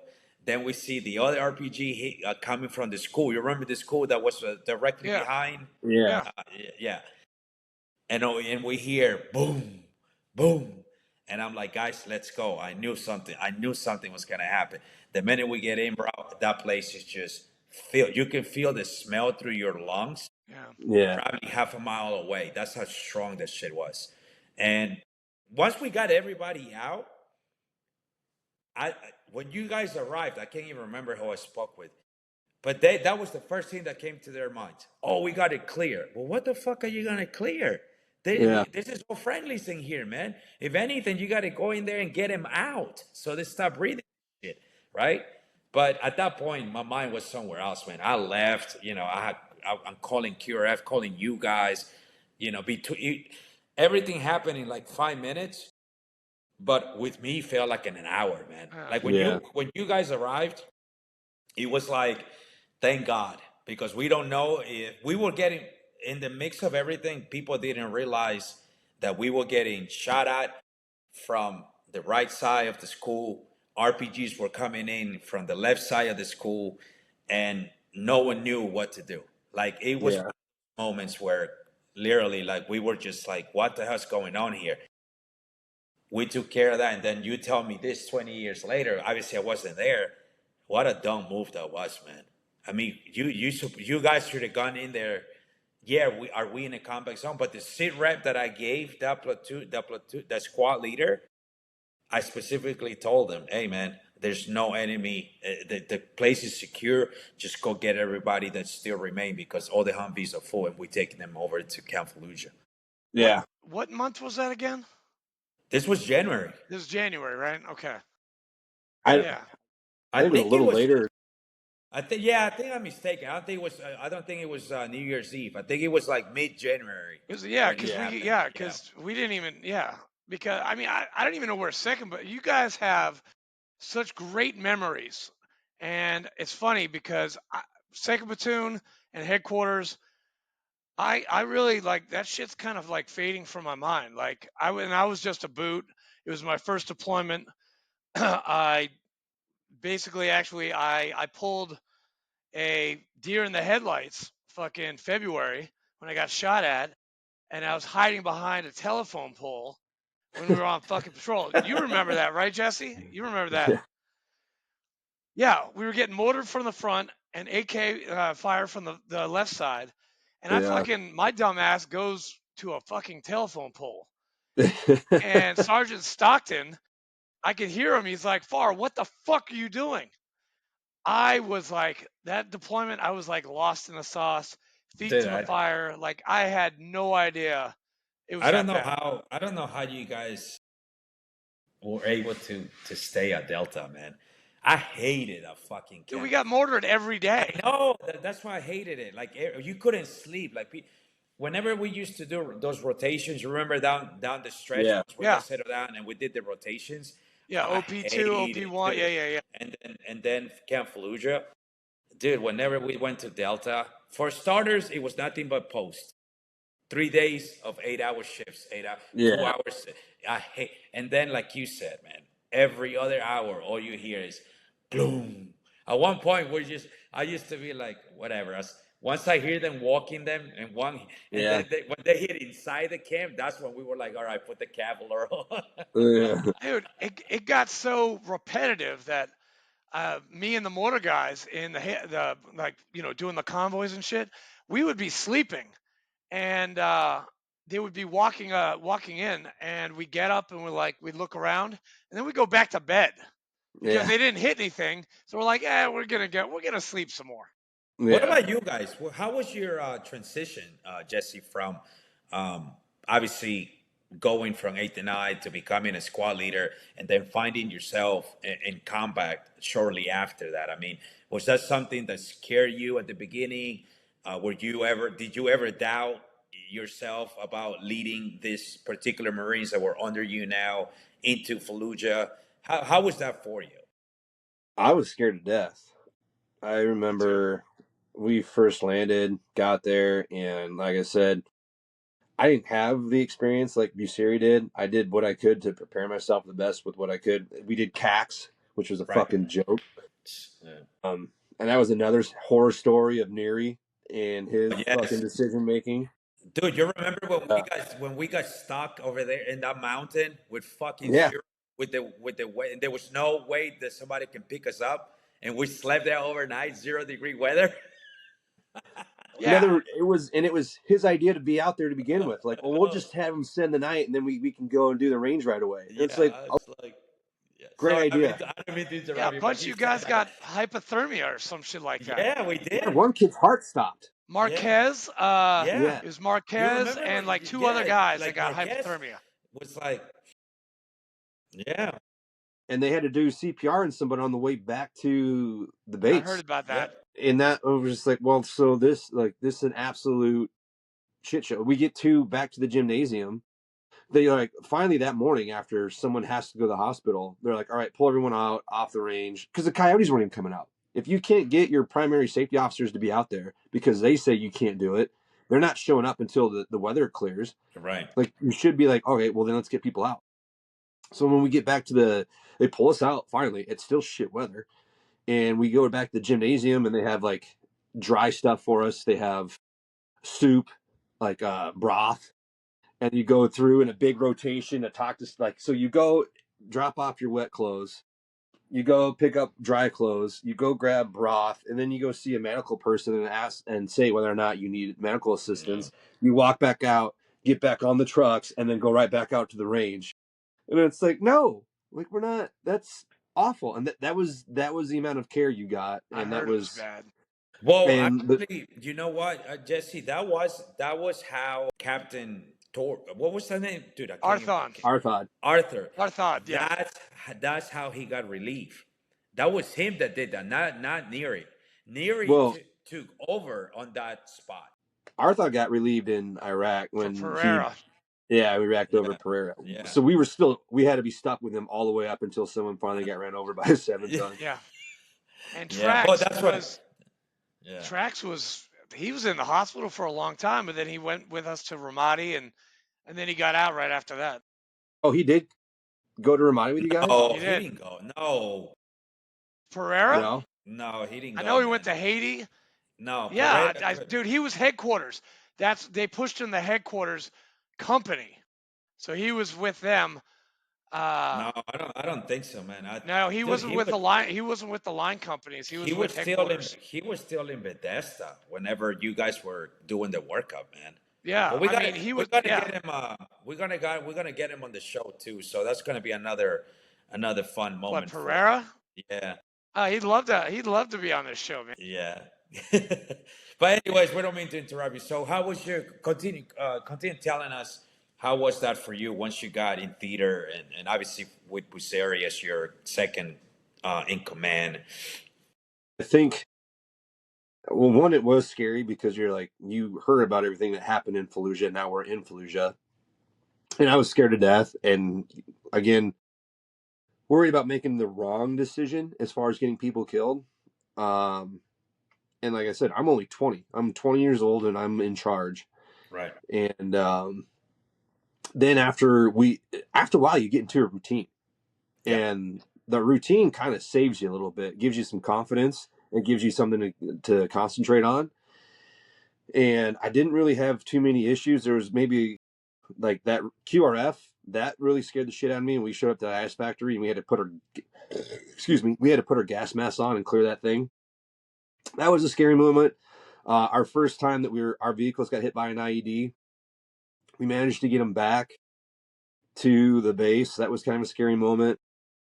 The first time that you have mortars get dropped on you was kind of a scary moment. And then after a while, though, like you start seeing more and more of those situations, and you get more and more confidence in like being able to deal with those even with a casualty. Like you see more and more people become casualties, but you see how to treat them, how to evacuate them. You build up your confidence over time, and then it became the biggest concern and worry. Went from actual things going on in a combat to your leadership, and it was becoming more and more apparent. Like ours is not good, Yeah. and I had again, I thought it was just a me thing. Like Jesse is just not good with authority, and I got into it with Rosales a lot. And I come to find out, he just didn't like me because I'd come from 8th and I, and we would go out on patrols, and he was awful. And he, as much as he didn't like me for being at 8th and I, he had absolutely just the worst combat and tactical uh, I guess etiquette or initiative. He would Yeah. patrol. He would patrol with his rifle on his hip pointed straight in front of him. Yep. That's how he would patrol. And then every time he turned, his rifle would turn with him, which he would flag everybody. Yep. And I told him a couple times, like, "Hey, staff sergeant, like, you want to move to the front and do that? That's like, I can't have you flagging everybody." Be point, And Staff Sergeant. yeah, and we butted heads a lot. There would be times where he'd be mad about like, "Why'd you make that decision?" And then we'd get into it.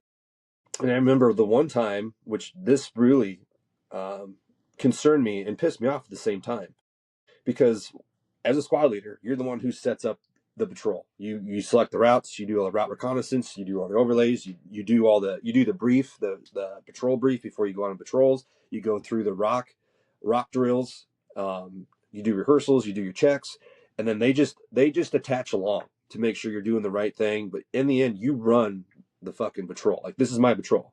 Right. And I remember we went on a patrol, and as soon as we leave the gate, we get a call, or we get stopped by an Iraqi who points out to a mortar that was fired at us but didn't go off. And so we call it up and we're like, "Hey, we got this UXO. It's right here. It's unexploded." And they're like, "All right, go." And we had just left the gate. We hadn't even started our patrol. So they're like, "You know what? Carry on with the mission. It's supposed to be a presence patrol. Like, go downtown, like do your thing and make your presence known." We start doing our patrol, and he's like, "Hey, take a right up here at this alley." And I was like, that's not our route. That's not our patrol route. We're going to go off the route. Now, it's not like we can't deviate or we'll die, but like, we have no reason to deviate from our patrol for any reason, not to mention to go down an alleyway where you have walls on either side with no ability to maneuver outside and no shit Choke point. funnel. I go, if you want to deviate, let's not go down this alley. He goes, no, let's go down this alley. And I'm trying to I'm like, no, there's nowhere to go. Like, if someone fires at us, we're like stuck in this funnel. You're stuck and in like, it. Yeah. we have this great silhouette of where we can just get mowed down. We have nowhere to go. He goes, "I'm a staff sergeant. I'm telling you to go down this alley." And so we go down it. And as we're going down, we take a turn. There's another alley that's perpendicular to it. And we see this car like pull up, stop, and look at us. And then we pull out of the alley because we take a left, and it goes down and follow us, and now it parallel to us, and it stops at each intersection to observe us. I was like, that's not Shady. right. So I was like, hey, I let him know. I was like, "Hey, staff sergeant, we got this issue as we're going through here. We need to fucking deal with this vehicle because it's observing our patrol. It's monitoring our patrol. It's following us." And he goes, "No, we need to keep going on. We need to take down this vehicle." And he goes, "Nope." So we continue on, and we only go like a couple more blocks before we get called back. They're like, "Hey, EOD called. They want you to secure that area. They want security around that UXO. They're going to come out. They're going to pick it up." So we go back, and as we're going back, he goes back the same way. I was like, we're not going back. We need to go somewhere different. Like, we need to take a different way. We don't need to go back the same way, because that's just, you don't go back where you came from. That's just terrible. You don't do it. And he's like, no, we're going to go back the same way. I was like, first off, we don't need to go back down we're lucky enough nothing happened to us the first time. Let's not chance it the second time. He goes, nope, we're going to go back. And I'm trying to talk him out of it, and he's just not dealing with it. And again, staffs aren't, shut the fuck up. You're going to do what I tell you to do. And so we go back, and then he has us go to the outside Delta, like it's a farm land next to us, like it's open field. Yep. Yeah, I remember that. And it was on the north side of the patrol base, and it's just right there, plain as day. And he goes, all right, let's do a 360 around the ordnance. I was like, we don't need to be out in the open. We just need to have eyes on. Like, we can stay at least in this area where there's buildings, there's shit to like kind of hide us. We can intermix and we'll be fine. No. I want to be 360 around. I was like, in the field? And he goes, yeah. I was like, no. And he goes, yeah. So we get in a 360 in this field. And sure enough, we started taking mortar because we're in an open field and there's nowhere to go. And I can't remember who I grabbed, but there was one tractor in the middle of this field, and I fucking grab him and I throw him underneath it. Well, it's not big enough for both of us, so I like just get on the other side of it, and it stops. And as we're looking, or as this is happening, I see that car that was following us looking over our entire area as this is going. And then as soon as the last mortar ends, it doesn't just roll and continue; it fucking just takes off. And I go, Staff Sergeant, that's the vehicle that was following us. They're an FO. That vehicle wasn't just there it was an FO. Like, they have an FO in this car. They monitored us, saw us, and they fucking were talking to the mortar team. And it started going north into the market. And he looks at Stone King. He's like, Stone King, open up on this, like, because he had the saw. Hunter. Yeah. And so Stone King's like, okay, Staff Sergeant, your staff. So he's about to shoot at this vehicle at the fucking market. And I run over there and I kick the barrel of the saw so that it falls over. It's like, don't! You're going to shoot in a fucking crowd full of people with a saw. And then Rosales is like, yeah, maybe we shouldn't have. I was like, okay, we shouldn't have done a lot of things. We shouldn't have gone down that alley with walls on both sides, so we would have got fucking killed. We shouldn't have been in the open. We should have stopped the car. Like, this incident right here is not one of the few things. This is many of things that we should not have done. And so after that, I go to Thornton. I was like, hey, look, I'm having issues. I have issues with him taking over my patrol, and I have issues with him making very, very unintelligent tactical decision making. And Thornton, obviously, not only did he not take my suggestion and just say, hey, look, if you want someone to come out on our patrols, you can come with us. I hadn't really had any problem with him. He usually just kind of let us do our own thing. But I was like, I no longer want him on our patrols. I don't want him flagging my guys with his stupid rifle on his hip, pointing straight in front of him and then turning with him wherever he fucking looks. Like, I don't need that idiot on my fucking patrols. Plus, with all those other decision-making fucking things, like, no. Not only that guy couldn't plot a point on a map. Someone had to teach him. And, Jesus. So I was like, at this point, I don't want him there. Well, then he found out that I talked to Thornton about it and said I didn't want him, and it just got worse. And then when my thing happened and they sent me to First Squad and I was under Zeba, I remember Major Zeba. Zeba. Yeah, I remember that, dude. We went on a patrol, and there's a Michigan and Chicago intersect. There was like a house on the corner of that, or a compound. And you had to go up and over the overpass, and that's where Rasavong got blown up. Was on that. Yeah. So after that happened, we went with First Squad to check that out, and I was there as like a link-up man for when headquarters were supposed to stop and pick us up. Rosales is like, hey, when they get here, stop them like right there at the bridge. I was like, you know what? It's not my decision, it's yours. Let's do it. And so I did. I stopped him at the bridge, and Gunny Ball's like, what the fuck? Why are we stopping here? Like, what are you doing? I go, Staff Sergeant Rosales wanted me to stop you here at the bridge. Like, he told me at the bridge, I'm your link-up man, and this is what he told me to do. He was like, we're not stopping at the bridge. We're going to fuck. I was like, I kind of assumed you wouldn't, because that's fucking stupid. So they pulled forward off the overpass and then did their 360 and waited for us to get back and load it up. Well, Gunny Ball shoot out Rosales. And then Rosales is fucking pissed. And so we get back to the patrol base and he fucking says, he just sees me walking and just stops me and tries to chew my ass. I go, no. You made this decision, and that's another reason why I asked you is like the bridge. You want me to stop for that fucking same reason. Like maybe you needed a moment to rethink your decision making. And he goes, well, I didn't say that. He goes, you're either a liar or an idiot. I go, there's a third option. Maybe you're the idiot. Oh, And he went to go put his hands on me, and I grabbed him, and Ziba got between us. I was like, no. I'll bounce this fat ass all across his fucking base. Jesus. And Ziba's like, no, you can't talk like that. Because he had a thing where he would put his hands on other Marines. yeah, he He would did. put his hands Yeah, on, I remember and that. I was like, no, I'll beat this dude's he can put his hands on whoever he wants, but there's gonna be one person he doesn't, and I will show him who it is. Yeah, And he did. and that's how He put his hands in a lot of.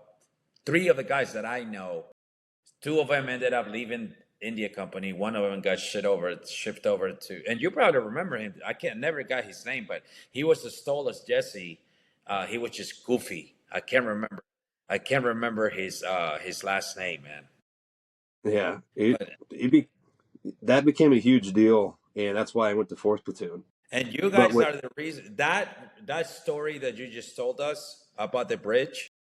It yeah, was the whole reason that created OP1. Yeah. That stupid decision that this guy made that got all screwed up with the ID uh, was the reason why OP1 was created and hindered India Company because now the elements of Delta got shorter. yeah. Yeah. Well, then you had OP1 on the north side of the bridge, and then Right. you had that little compound on the south On side. the south OP1 side. Alpha. Yep. Yeah, And then you had Delta, and then you had and for people OP2. that Yeah. OP2, and for people that are listening, this was like 3 months, 4 months into our deployment. We still had quite a way to go, Yeah. and trying to commit to all those hours of post and patrolling the city and doing all of that. That was the toughest. Like we couldn't. This is like bizarre listening to this right now from you, Jesse, because from the other side, like third platoon, we always say, "Who the fuck comes up with these stupid fucking OPs?" yeah, Like, why are we here? Like, we're just sitting in the middle. We're sitting between a bridge and Fallujah, and we have the Iraqi army supposedly helping us. yeah. I'm like, No, but now listening to your story, I'm like, wow, I can't believe one person's bad judgment could cause such a turmoil, in a combat zone. That's crazy. yeah. Dude, Well, you then, you guys are talking about OPs. I mean, Ramadi, we had 12 days out in the city and we had OPVA, OP Haria, OP Hawk, the Gov Center, Camp Ramadi, Snake Pit, ECP North. I mean, we had 3 days at each place and we would just go around and that was our rotation. And it was just the same thing in Ramadi. It was Well, crazy. that's how it is. That's so bizarre. Your experience from going to Eighth and I to dealing with this kind of leadership is what we've talked in this show with other Marines about, man. Leadership is everything on the line it does make a company. You difference. know what I mean? Listening to your story, your experience, and then you went to Fort. I mean, luckily for you, you went to Herrera, Lambert, and I think But that probably for you was like the biggest relief. it was a game changer. And then we ended up getting Lieutenant Pickard after a while because when Gunny Ball Jimmy, was killed, Jimmy, yep, Jimmy he took Pickard. over. yeah, he took over. Then, speaking of the leadership thing, like I noticed a change immediately when we got Liston was I didn't have a problem with Liston. He took over for Arthod. So Arthur, yep. And then I remember we went to the ball and I ran into him. And I didn't know this, but he had introduced me to his wife at the ball. And and she goes, "Oh, that name sounds familiar." And he goes, "Yeah, this is the guy I talk about all the time." I go, "What?" He goes, "Yeah, you're one crazy son of a bitch and you're one hard worker." And I was like, "All right, well, I'll take that. That's the first nice thing anyone's Yeah. ever said." And then we had he went away, and was it Captain Harvey? I can't remember who was after Liston. I remember he was It was Brian Harvey, Captain yeah. Harvey. So he took over, and then the new first sergeant took over. And I remember this because while I was there, I couldn't go with you guys. I didn't have enough time to deploy. And so I was like, all right, well, I'll train up the next guy who's going to take my position as a squad leader. I'll help him out. And then I'll just keep myself busy until I get out. Because I was like, I'm done. Like, after dealing with all this bullshit as far as like shitty leadership, politics, Yeah. shitty life, like, I'm done. Like, I'm glad I served. I'll never regret serving, but I'm fucking done. And then I remember just going through the chow hall. One of the cooks, back when the Marines were the cooks, this guy stops me. He was another sergeant. And he goes, hey, you had cauliflower. Did you wrestle? I go, yeah. And he just leaves his spot at the station serving. He goes, follows me. And he goes, meet me over there. So I meet him over there. He goes, I just got back from the Marine Corps wrestling team. I'm starting a base team here at Lejeune. He goes, what did you do wrestling? I was like, well, I wrestled in high school, and obviously I came here. I haven't, like, he goes, you haven't done anything else? I was like, well, I wrestled unattached with the Naval Academy for a short period of time. He goes, we haven't practiced tonight. Show up. I was like, all right. So we went to the base gym, and we had practice. And for whatever, like, I didn't do bad. I don't think I was any great. But after that, he goes, you need to apply for the Marine Corps wrestling team. I was like, I don't know if that's going to work out. Like, I'm an infantryman. Like, we don't get let go to go do anything. We are held tight to the cuff. Like, they don't want to let us go. And he goes, it's worth a shot. I'll help you fill out your package. And then you need to obviously get it signed by your first sergeant. So 2 days after that, I go and present it to First Sergeant Guzman.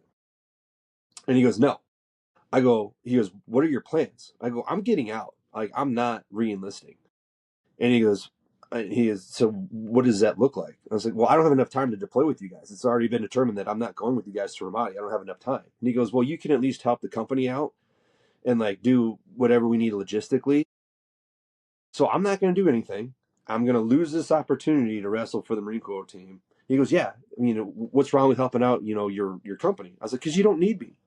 And this is an opportunity. Like, how often do you get a chance to wrestle on a Marine Corps athletic team? He goes, no, I'm not signing that. You're either helping us out or re-enlist and you can come with us.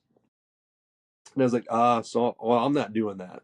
I'm just going to stick with my plan then and get out. And this is another reason why I'm getting out is shit like this.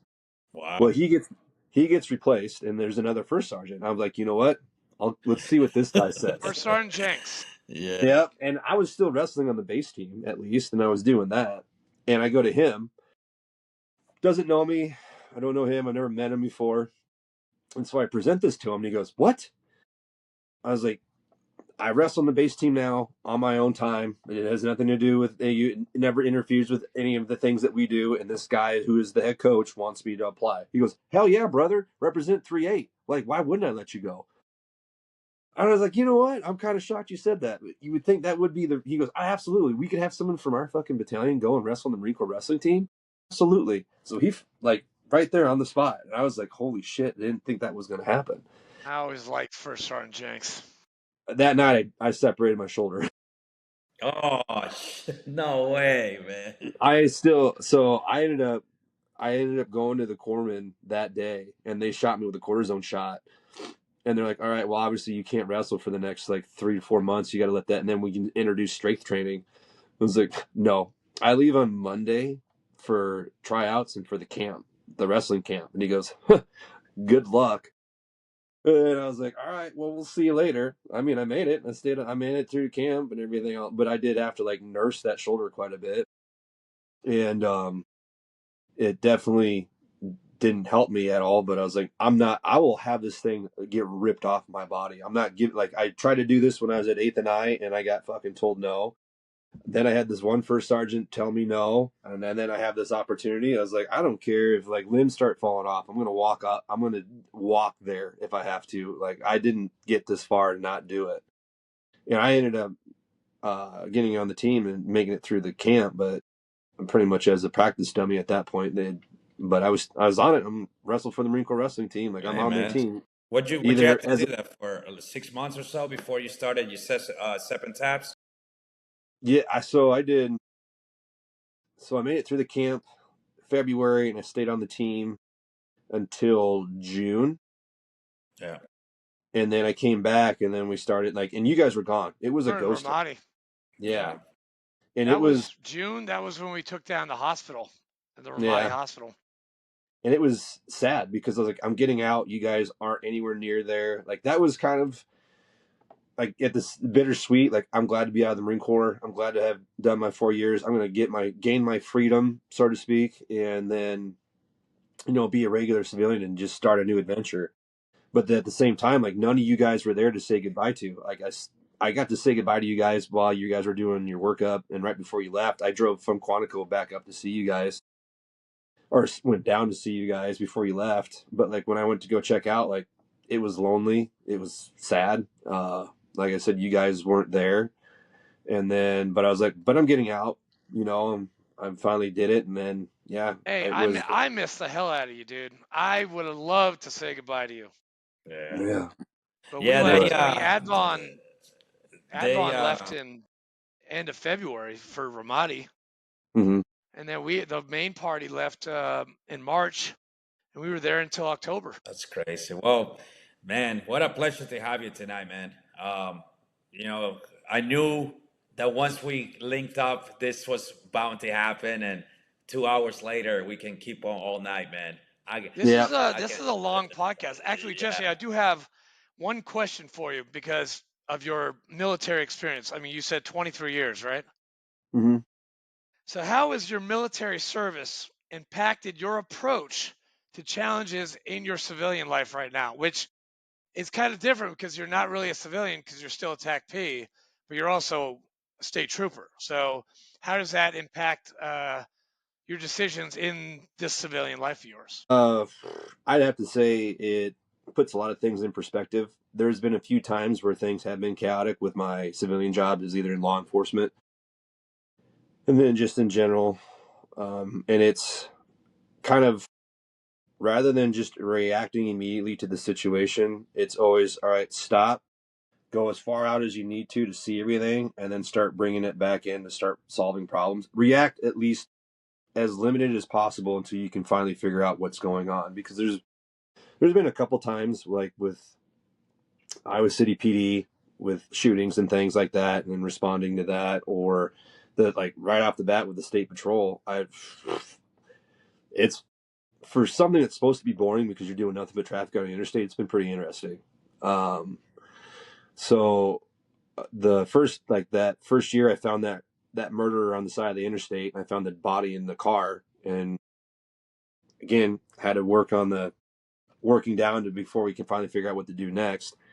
I getting hit by that semi kind of was the same deal, and it's like, all right, well, it's done. We lived, but now what do we got to do next? Like that's Yeah. worry about that, and then we just had an officer involved shooting in July, and that was like as I was showing up, the guy just got shot, and the first thing I still didn't know the complete story of everything that went on, so I had at least that in front of me where this guy is showing up with a gunshot wound. And the first thing I did is like, all right, the priority that I can see right now is you because you're directly in front of me.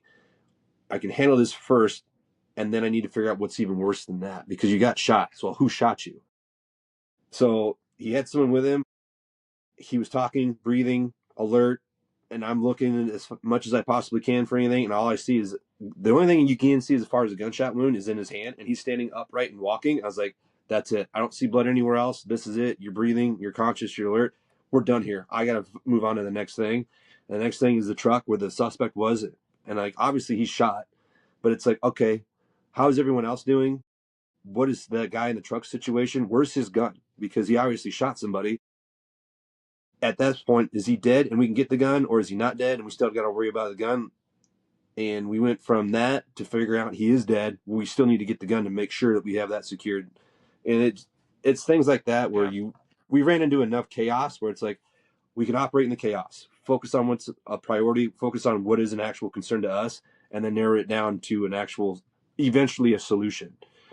And that's like walking, like through the multiple times that we've had to deal with that, just in my one deployment with you guys doing that, and then multiple times when you're in charge and things where you're doing your training. It's like at 29 Palms, you're doing live fire events, and you're the platoon sergeant or squad leader. It's like, all right, run your squad, but at the same time, problem solve. And that I learned a lot from that as far as chaotic things. Yeah, no, of course. Outside of like building a house, doing your plumbing, electrical work, taxes, I'm not your man. It's I okay. don't have any. Hey, I don't have any real critical no, skills. dude, no, dude. It's been a pleasure and an honor with you. I know, dude. I was looking at Henry, and he's like smiling like a kid in a candy store. I'm thrilled to see you again, and I'm so glad that I know all like both you guys, because you guys made me a better person, even though I didn't really remember that much from Fallujah, but you've sparked some memories coming back, and it's just an honor to speak to both of you. So, Yeah, No, man. let's.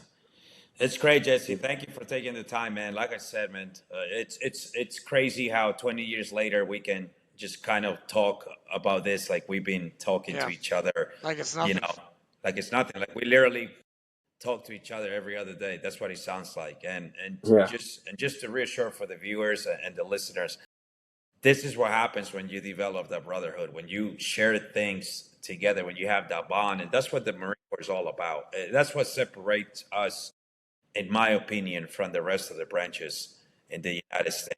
You know what I mean? It's amazing. Again, thank you, Jesse, for taking the time. Thank you, Jesse. Hopefully we can do it again. I know you're a busy man, have a lot on your plate. So anytime you want to join the show again, please do. We can do this for many hours. Oh So yeah. yeah. But everyone at home, thank you for listening. And Sandman, thank you. Jesse, thank you. Yeah. Just hold on a second, and it's going to finish downloading. So, but you guys take it easy, all right?